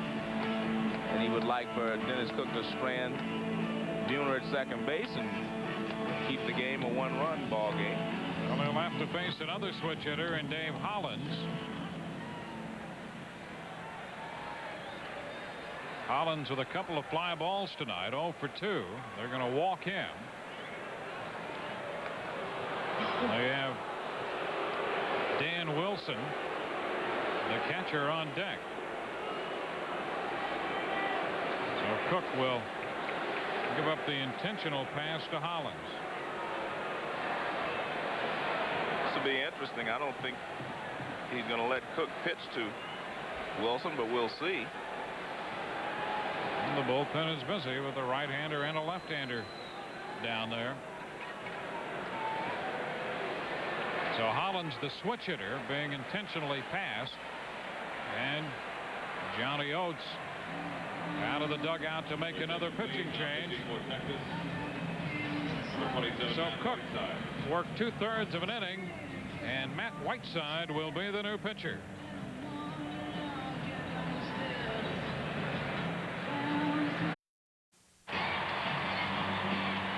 We have a one-run ball game here in Seattle with the Mariners leading the Rangers 3-2. Matt Whiteside becomes the third Texas pitcher. No record this year in 10 games. This is his third time around with Texas this year, up and down between Texas and the minor leagues. He faces Dan Wilson. 2 men on with 2 men out.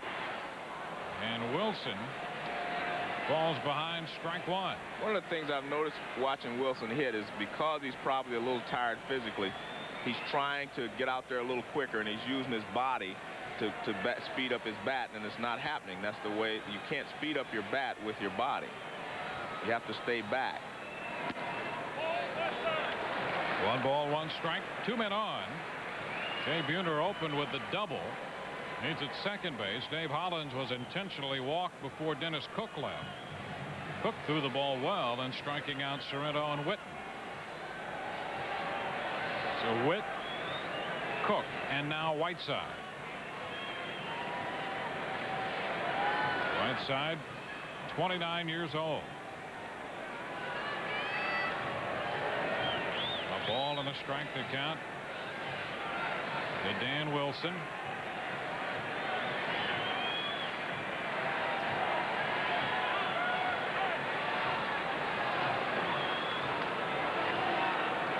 Wilson stepping out, and McLemore wants a little conference with Rodriguez and the pitcher Whiteside.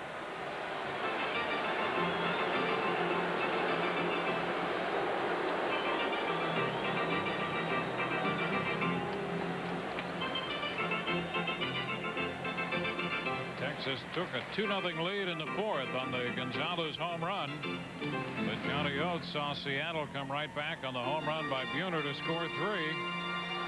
That's where we stand as we play in the bottom of the 6th inning.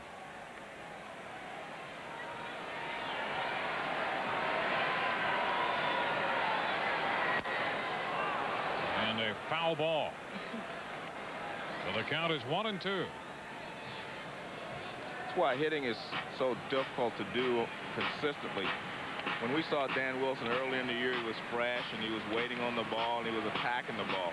As you get a little tired, both physically and mentally, you start to do things out of kilter. You start to rush at the ball, jump at the ball, and that slows your bat down, and you just start to struggle. And he's behind Whiteside. This one darts down and away. 2 balls, 2 strikes. But like we said, this guy has been just a tremendous asset for the Seattle Mariners this year. I mean, he's really helped his staff, even though they struggle. He has been there with them every step of the way, and he's driven in a lot of key runs for this ball club.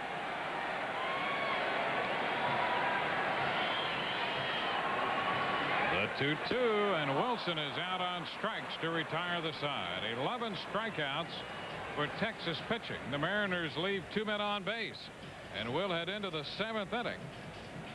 It's a 3-2 ball game. The Mariners lead the Texas Rangers.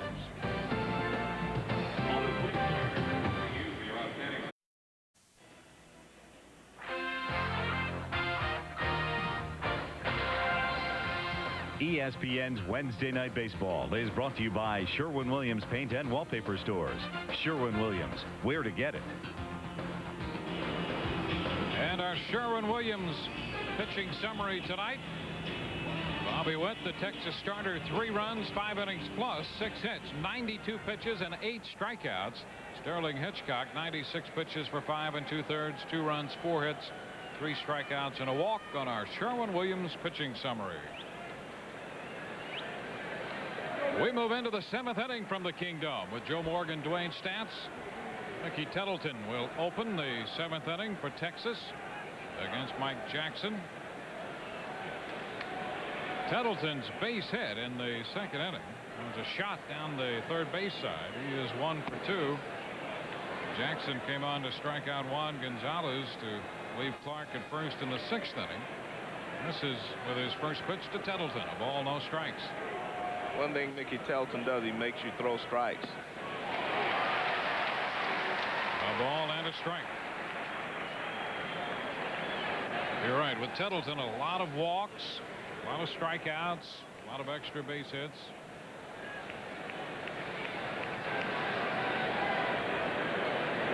Closing in on 90 walks. Rolls this one to short. Rodriguez with a throw to first, and they got it.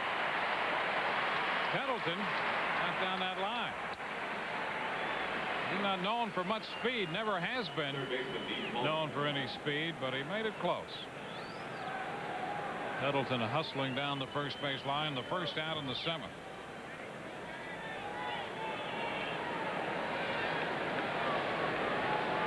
Now Dean Palmer, the third baseman, steps in.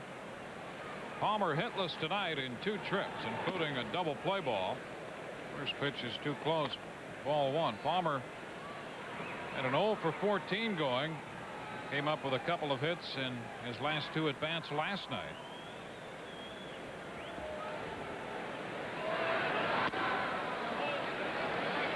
Jackson behind him. A 2-ball, no strike count. And this is where Jackson is running into trouble. Last night, he got the first hitter out, and then he walked a couple of hitters. I mean, you have to be careful. I don't know if he loses concentration or what it is, but it's the exact same scenario we saw last night. And he is behind 3-0. And the Mariners had a lead last night. But Bobby Ayala came in and did a great job last night. Ayala up now. There's a strike. First time Ayala's been up. Norm Charlton alongside. Charlton the left-hander. Ayala the right-hander.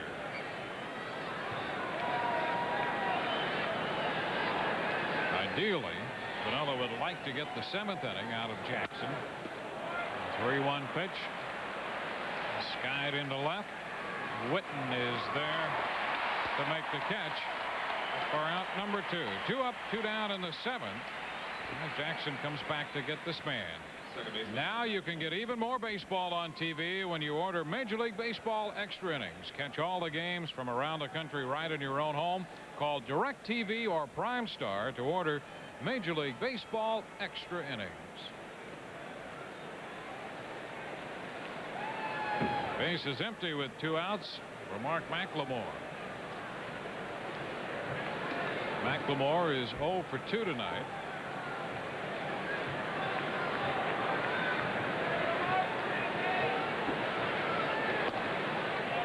Takes the pitch too low, ball 1.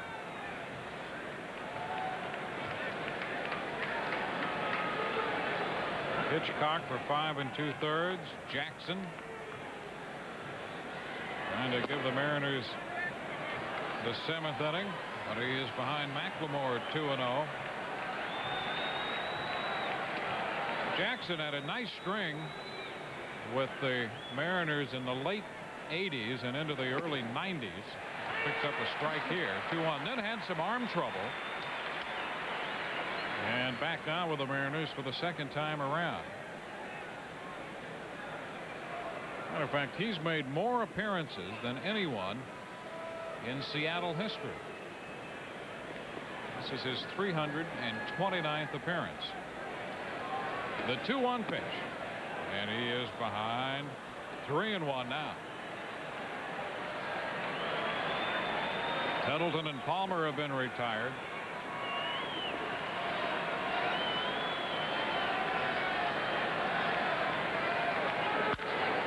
ball by the mound. Joey Cora is there, and back to first for the throw to retire the side. 1, 2, 3 go the Rangers. Seattle will have Cora, Rodriguez, and Griffey do, leading 3-2. All right, everybody up on your... We're in Seattle. Bottom of the 7th inning. And here's Joey Cora leading off. Little tap towards short. Elster up throwing. And Cora is the first out. 1 pitch, 1 out in the bottom of the 7th inning in this 1-run ball game. And that gives Cora nothing out of 3. He had reached on a walk his first time.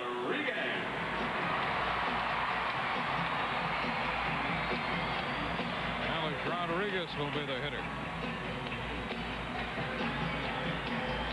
He's been on base a couple times tonight with an infield hit and a walk.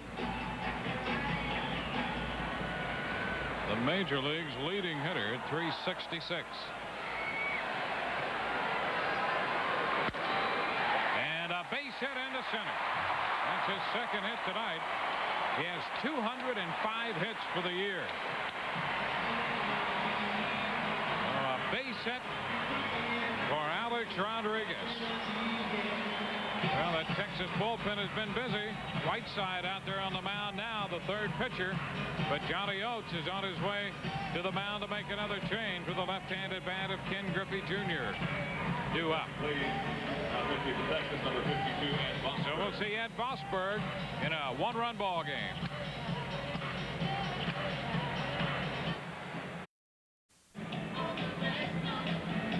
Ed Vosberg becomes the 4th Texas pitcher to enter this game. He follows Witt, Cook, and Whiteside. Vosberg 1-1 with 8 saves and a .338 earned run average. He'll inherit a base runner. The left-hander brought on to face the left-handed bat of Ken Griffey Jr. Center fielder Ken Griffey. The Mariners trailing Texas by 4. 5 days ago, it was 9. Seattle with 12 games left. Texas with 10 left after this one. The important thing if you're the Mariners is you're only 3 down in the loss column. You can't make up the losses.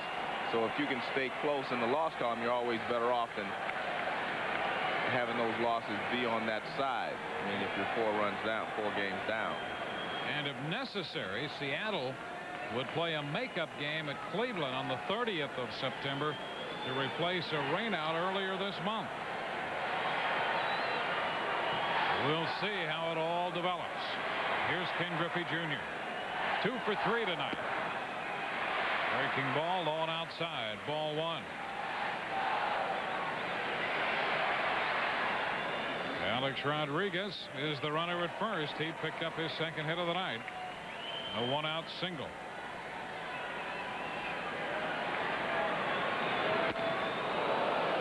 One and 1. A little aside on Vosberg. Of course, the Texas Rangers trying to make their first postseason appearance. And if they would go to the World Series, it would be the 3rd time Vosberg has been to the World Series. He pitched in the Little League World Series. He pitched in the College World Series and is looking for his first trip to the World Series in the big leagues. 2 balls and a strike to count as he missed with a breaking ball.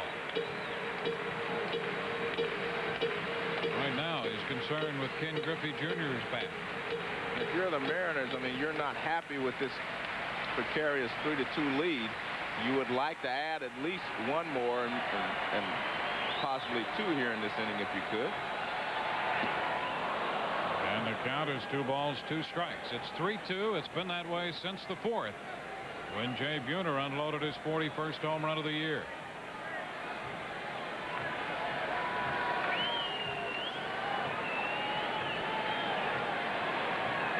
All 3 runs charged to the starter Witt. Rodriguez ducking back in as Vosberg stepped back.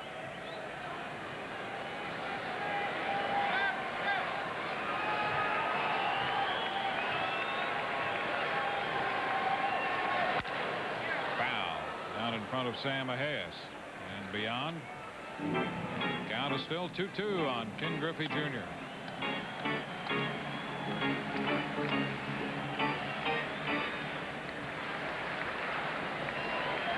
Mariners opened this game in the bottom of the first with a threat, a first and third nobody out threat, got nothing.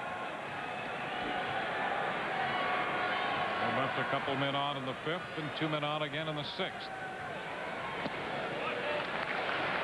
And the count goes to 3-2 on Griffey. Griffey has been able to lay off of the breaking ball bat away, but he's swung at a couple of sinkers that were out of the strike zone. Griffey, the candidate of choice, even though President Clinton is in town raising money on the re-election trail. Griffey fouls this one, forcing Vosburg to make another 3-2 pitch.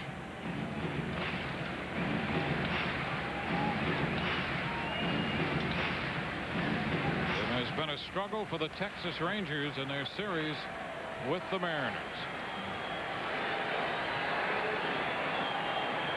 A one-run ball game set up here. The 3-2, and Griffey takes that pitch in the dirt. He checked.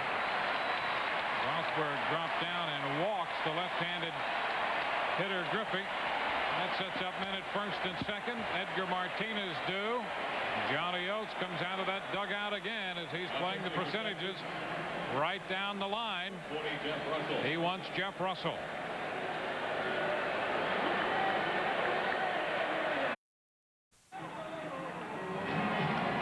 We have a one-run ball game, 3-2, with the Mariners leading in the bottom of the seventh.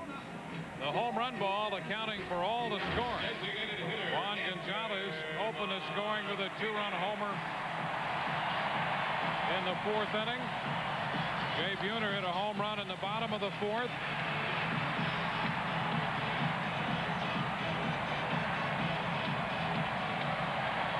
So Buhner connecting for the 41st time in the fourth gave Seattle the lead. Now Edgar Martinez against Jeff Russell, and the pitch is in there for a strike. Martinez has disagreed a lot with Ted Barrett tonight. He thinks that ball is high. He's been called on a couple of pitches inside he thought were inside, so he's not in the same sync here tonight with Ted Barrett. He hits with 2 men on and 1 out in the seventh. And Martinez hit by that pitch to load the bases.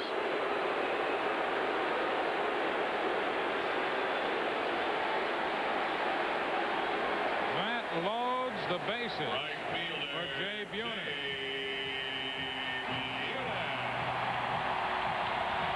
Well, it's a fastball. They wanted to go inside, but not this far in. I mean, there's no place to go if you're Edgar. This ball is actually behind him. And all he can do is try to get out of the way. Gets him in the back. Well, they're loaded. Russell making his 52nd appearance with a 3-3 record. Now Jay Buhner, who excited the crowd with the 3-run homer in the fourth, thought he had a homer in the sixth and settled for a double when it hit either a guy wire or a speaker. Now bats with the bases full.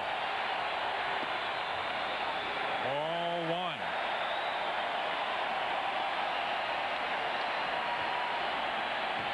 He has a career home run against Russell.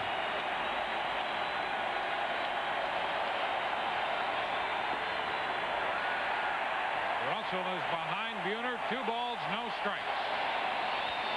Good discipline here by Buhner.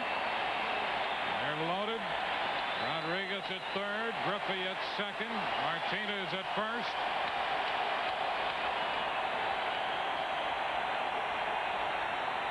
Buhner takes a rip and fouls it back. It's 2-1.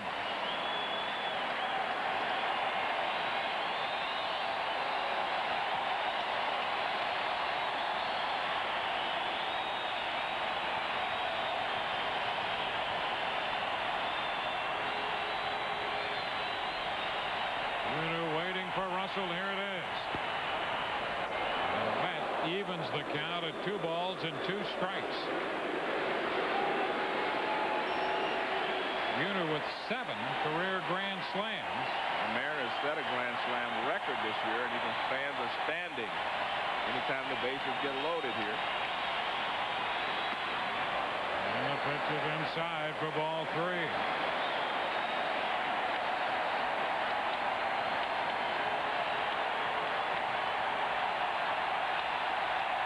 Full count.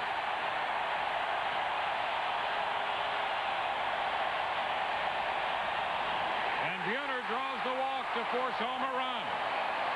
So Russell has come on to hit Martinez and walk Buhner. And that makes it a 4-2 ball game. Paul Sorrento. Buhner has all 4 runs batted in tonight.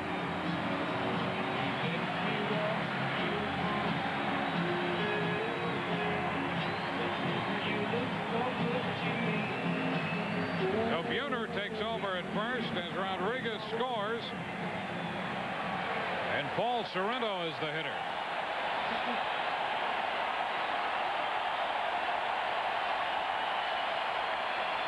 This one is upstairs for a ball. And now Ivan Rodriguez will go to the mound.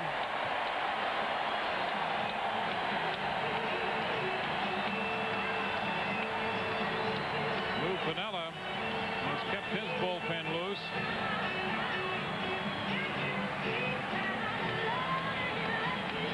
Ayala and Charlton have been throwing. The lefty Charlton up again. I tell you what, this is a lot of pressure on the Texas Rangers if Paul Sorrento could get a base hit right now.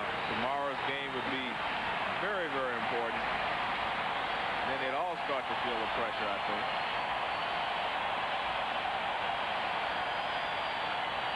Sorrento sends a fly ball into center. Darrell Hamilton is under the ball. Back to tag is Griffey. He will score the second run of the inning. And the Mariners lead 5-2. Well, I think if you're Lou Piniella, you're very pleased with this. They went in with a 1-run lead. And I said if you could come out of this with a couple of runs, they'd be very happy. Obviously, the inning is not over, but 2 runs at this stage of the ball game are very, very big. Griffey scoring the run, the 86th RBI for Sorrento. 1 run charged to Whiteside, the other one to Bossberg. You look at this inning, they've scored 2 runs with only 1 base hit. And here's Whitten. Mark Whitten, 0 for 3. Ground ball to first. Clark comes up for this one. Steps on the bag to retire the side. But the Mariners come up with a pair. They leave 2, but at the end of 7, they lead 5-2.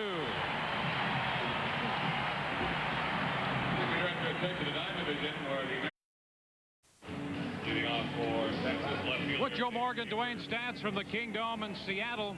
Well, the Texas Rangers have seen this big lead disappear down to 4, and the Mariners continue to whittle away. Well, it's still important for the Mariners not only win this ball game, they have to win tomorrow's ball game if they have any chance of catching Texas. Remember now, Texas still has very good pitching staff. They have Ken Hill, Roger Pavlik, Burkett, Bobby Witt, and Darren Oliver. All these guys are capable of taking them home. So I think the Mariners, if they win tonight, they have to win tomorrow. Else I still don't think they're going to be able to catch the Texas Rangers.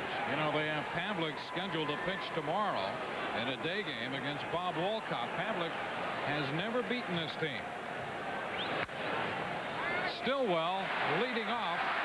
It's the first pitch to the shortstop, Alex Rodriguez, who makes the play. 5-2 Mariners leading here. The Rangers starters, they really have given this Texas ball club some solidity. You see those starters there. Coach Helling, before he left, went to Florida, had made a start. And Albero made a start. Otherwise, things have been pretty solid in the starting pitching department. There's Ken Hill. He's kind of the anchor of the staff. And we're going to get another pitching change. Well, Newsom has been announced as the pinch hitter for Ulster. And Norm Charlton will come on to face Newsom. It's 5-2 Seattle. Back in a moment. Please, batting for Warren Newsom, number 24, Jack 5-2 Seattle leading as Norm Charlton comes on. He follows Mike Jackson. Hitchcock worked the first 5 2/3. Charlton 4 and 6 with 17 saves and an even 4 earned run average. Newsom had been announced as the hitter for Ulster. Now Newsom will be lifted in favor of Jack Voigt. Voigt, recalled from Oklahoma City earlier this month, takes a strike.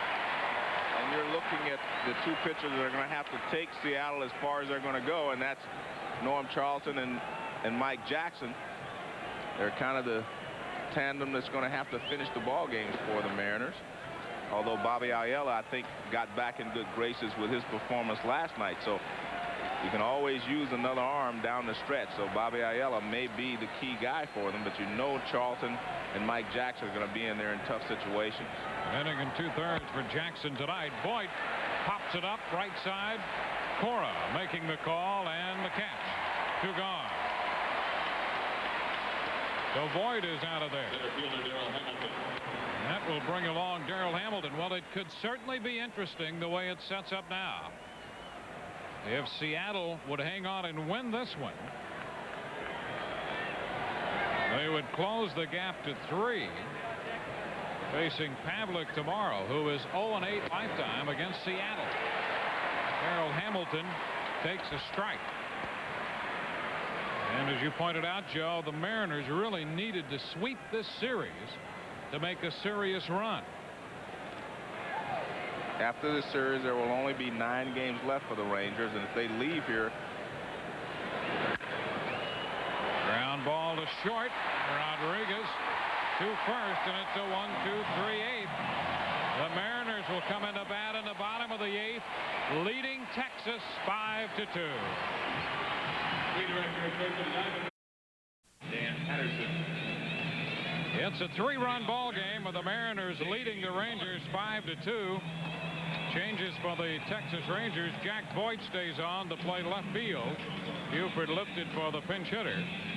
Benji Gill takes over at shortstop. And another new pitcher, Dan Patterson, who was 6-2 with 10 saves and a 1.68 ERA at Oklahoma City, is the new pitcher.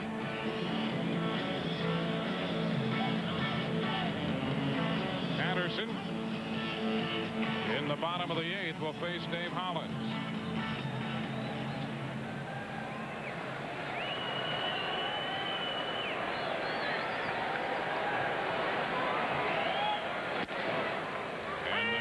Is in there for a strike.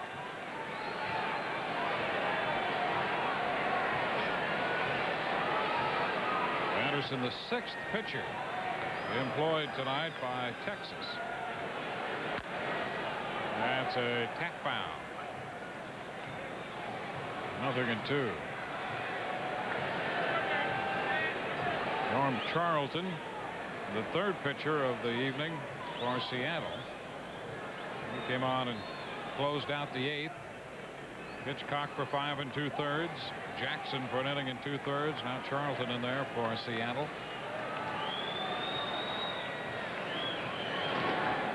Into the dirt. A ball and 2 strikes. This is the 2nd stint with the Texas Rangers for Patterson this year. He was recalled back in July and pitched 5 innings spanning 4 appearances. And then put together those excellent numbers at Oklahoma City. And he has Hollins out on strikes. Hollins 0 for 3. The first out in the 8th. We talked about the fact that, you know, success breeds confidence, and the Mariners were successful in overhauling the California Angels last year. So they feel like they can do it again. And I mean, they're playing very well down the stretch. But remember one thing, they have to go on the road. They have 3 more games at home, then they go on the road. And so it's going to be a difficult task, but they still have a chance. I think that's all you can ask for. If you've been chasing a team the entire season, all you want is a chance, and the Mariners have their chance. If they can win tonight and they have to win tomorrow, then that may put a little more pressure on Texas, may make them tighten up a little bit down the stretch. 1 strike to count as Wilson fouled away the first pitch, and this one is down. Well, last year, with 12 games to go, Seattle found itself in second place, 2 games behind California. Well, if they can win this one and 1 tomorrow, they would be 2 games out with 10 left. Here's McLemore, and he cannot get rid of the ball. McLemore came up with it, but could not make the play. And Wilson is aboard.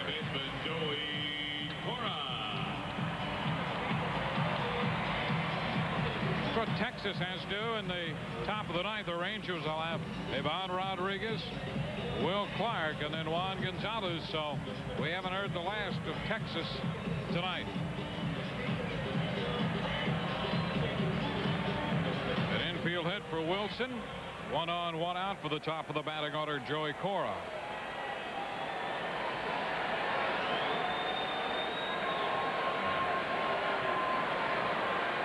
Cora 0 for 3. There goes the runner. Swing and a miss, and the throw. Wilson is out at second base. Well, we know that had to be a hit and run because it's suicide otherwise to try to steal on Ivan Rodriguez, and especially with someone like Dan Wilson who doesn't run all that well. It was a hit and run, which did not work. That's the second out. And when Cora didn't make contact, Wilson had no chance.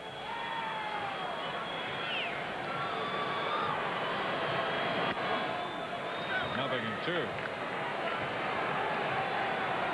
The pitches falling off the corner of the table to Joey Cora. 2 outs, bases empty, bottom of inning 8. A ball, 2 strikes. Well, with this expanded roster, the Rangers have used 6 pitchers tonight. This one is low. And they still have 1, 2, 3, 4, 5 pitchers left in their bullpen.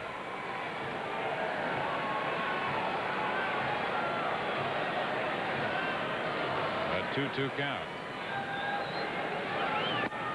The count goes to 3-2.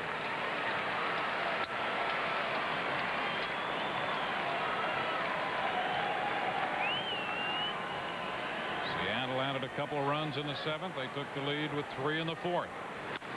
Ground ball headed through the middle, and that's going to go into center for a base hit. So Joey Cora reaches. A 2-out single here in the 8th. That's going to get Alex Rodriguez to the plate again. Reminder coming up, Sports Center, Brett Haber and Linda Cohn. Gary Collins, the injury update for the starting quarterback for the Carolina Panthers. We'll preview the Dodgers-Padres series this weekend. Give you scores and highlights from the major leagues, including that Yankee-Orioles game at Yankee Stadium. All of that coming up following our game tonight on Sports Center. Alex Rodriguez. There's a strike. Rodriguez has been on base 3 times, 2 hits tonight. So his average up a point to 367. Happiness is going 2 for 3, and the average only raised 1 point. Probably just a half a point. He was probably at 3.366, 0.5 starting tonight. He pops it up, and Will Clark is there a couple of steps into foul territory to retire the side. No runs, a couple hits, a man left. The Rangers down by 3 have Rodriguez, Clark, and Gonzalez due up. 5-2, the Seattle Mariners lead the Texas Rangers as we go into the top half of inning 9.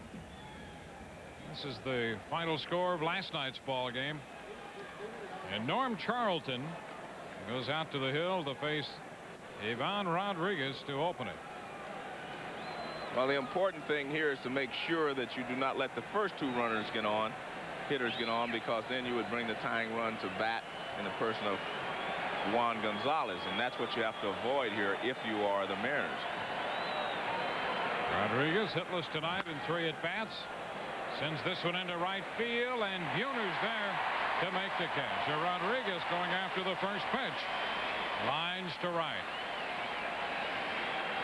First baseman Will Clark.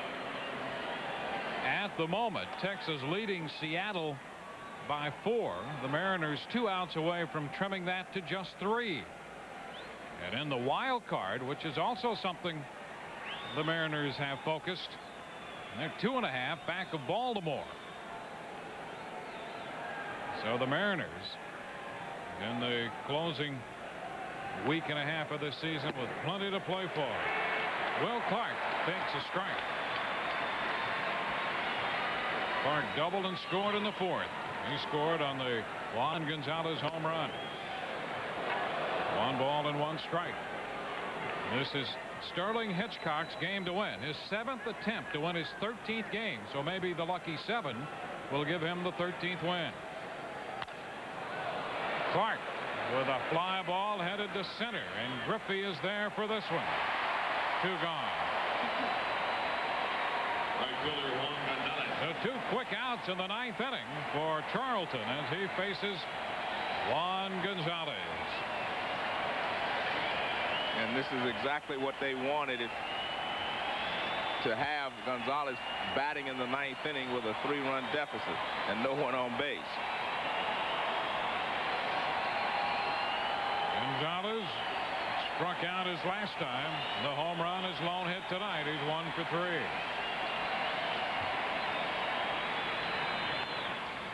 And a high pop-up. Back in foul territory, Dan Wilson. And the Mariners have beaten Texas for the 3rd straight time. 5-2 the final. 1-2-3 go the Rangers in the 9th. Well, it's all for naught if they do not win tomorrow. If they can't beat their Texas Rangers tomorrow, they're going to have to look to the wild card.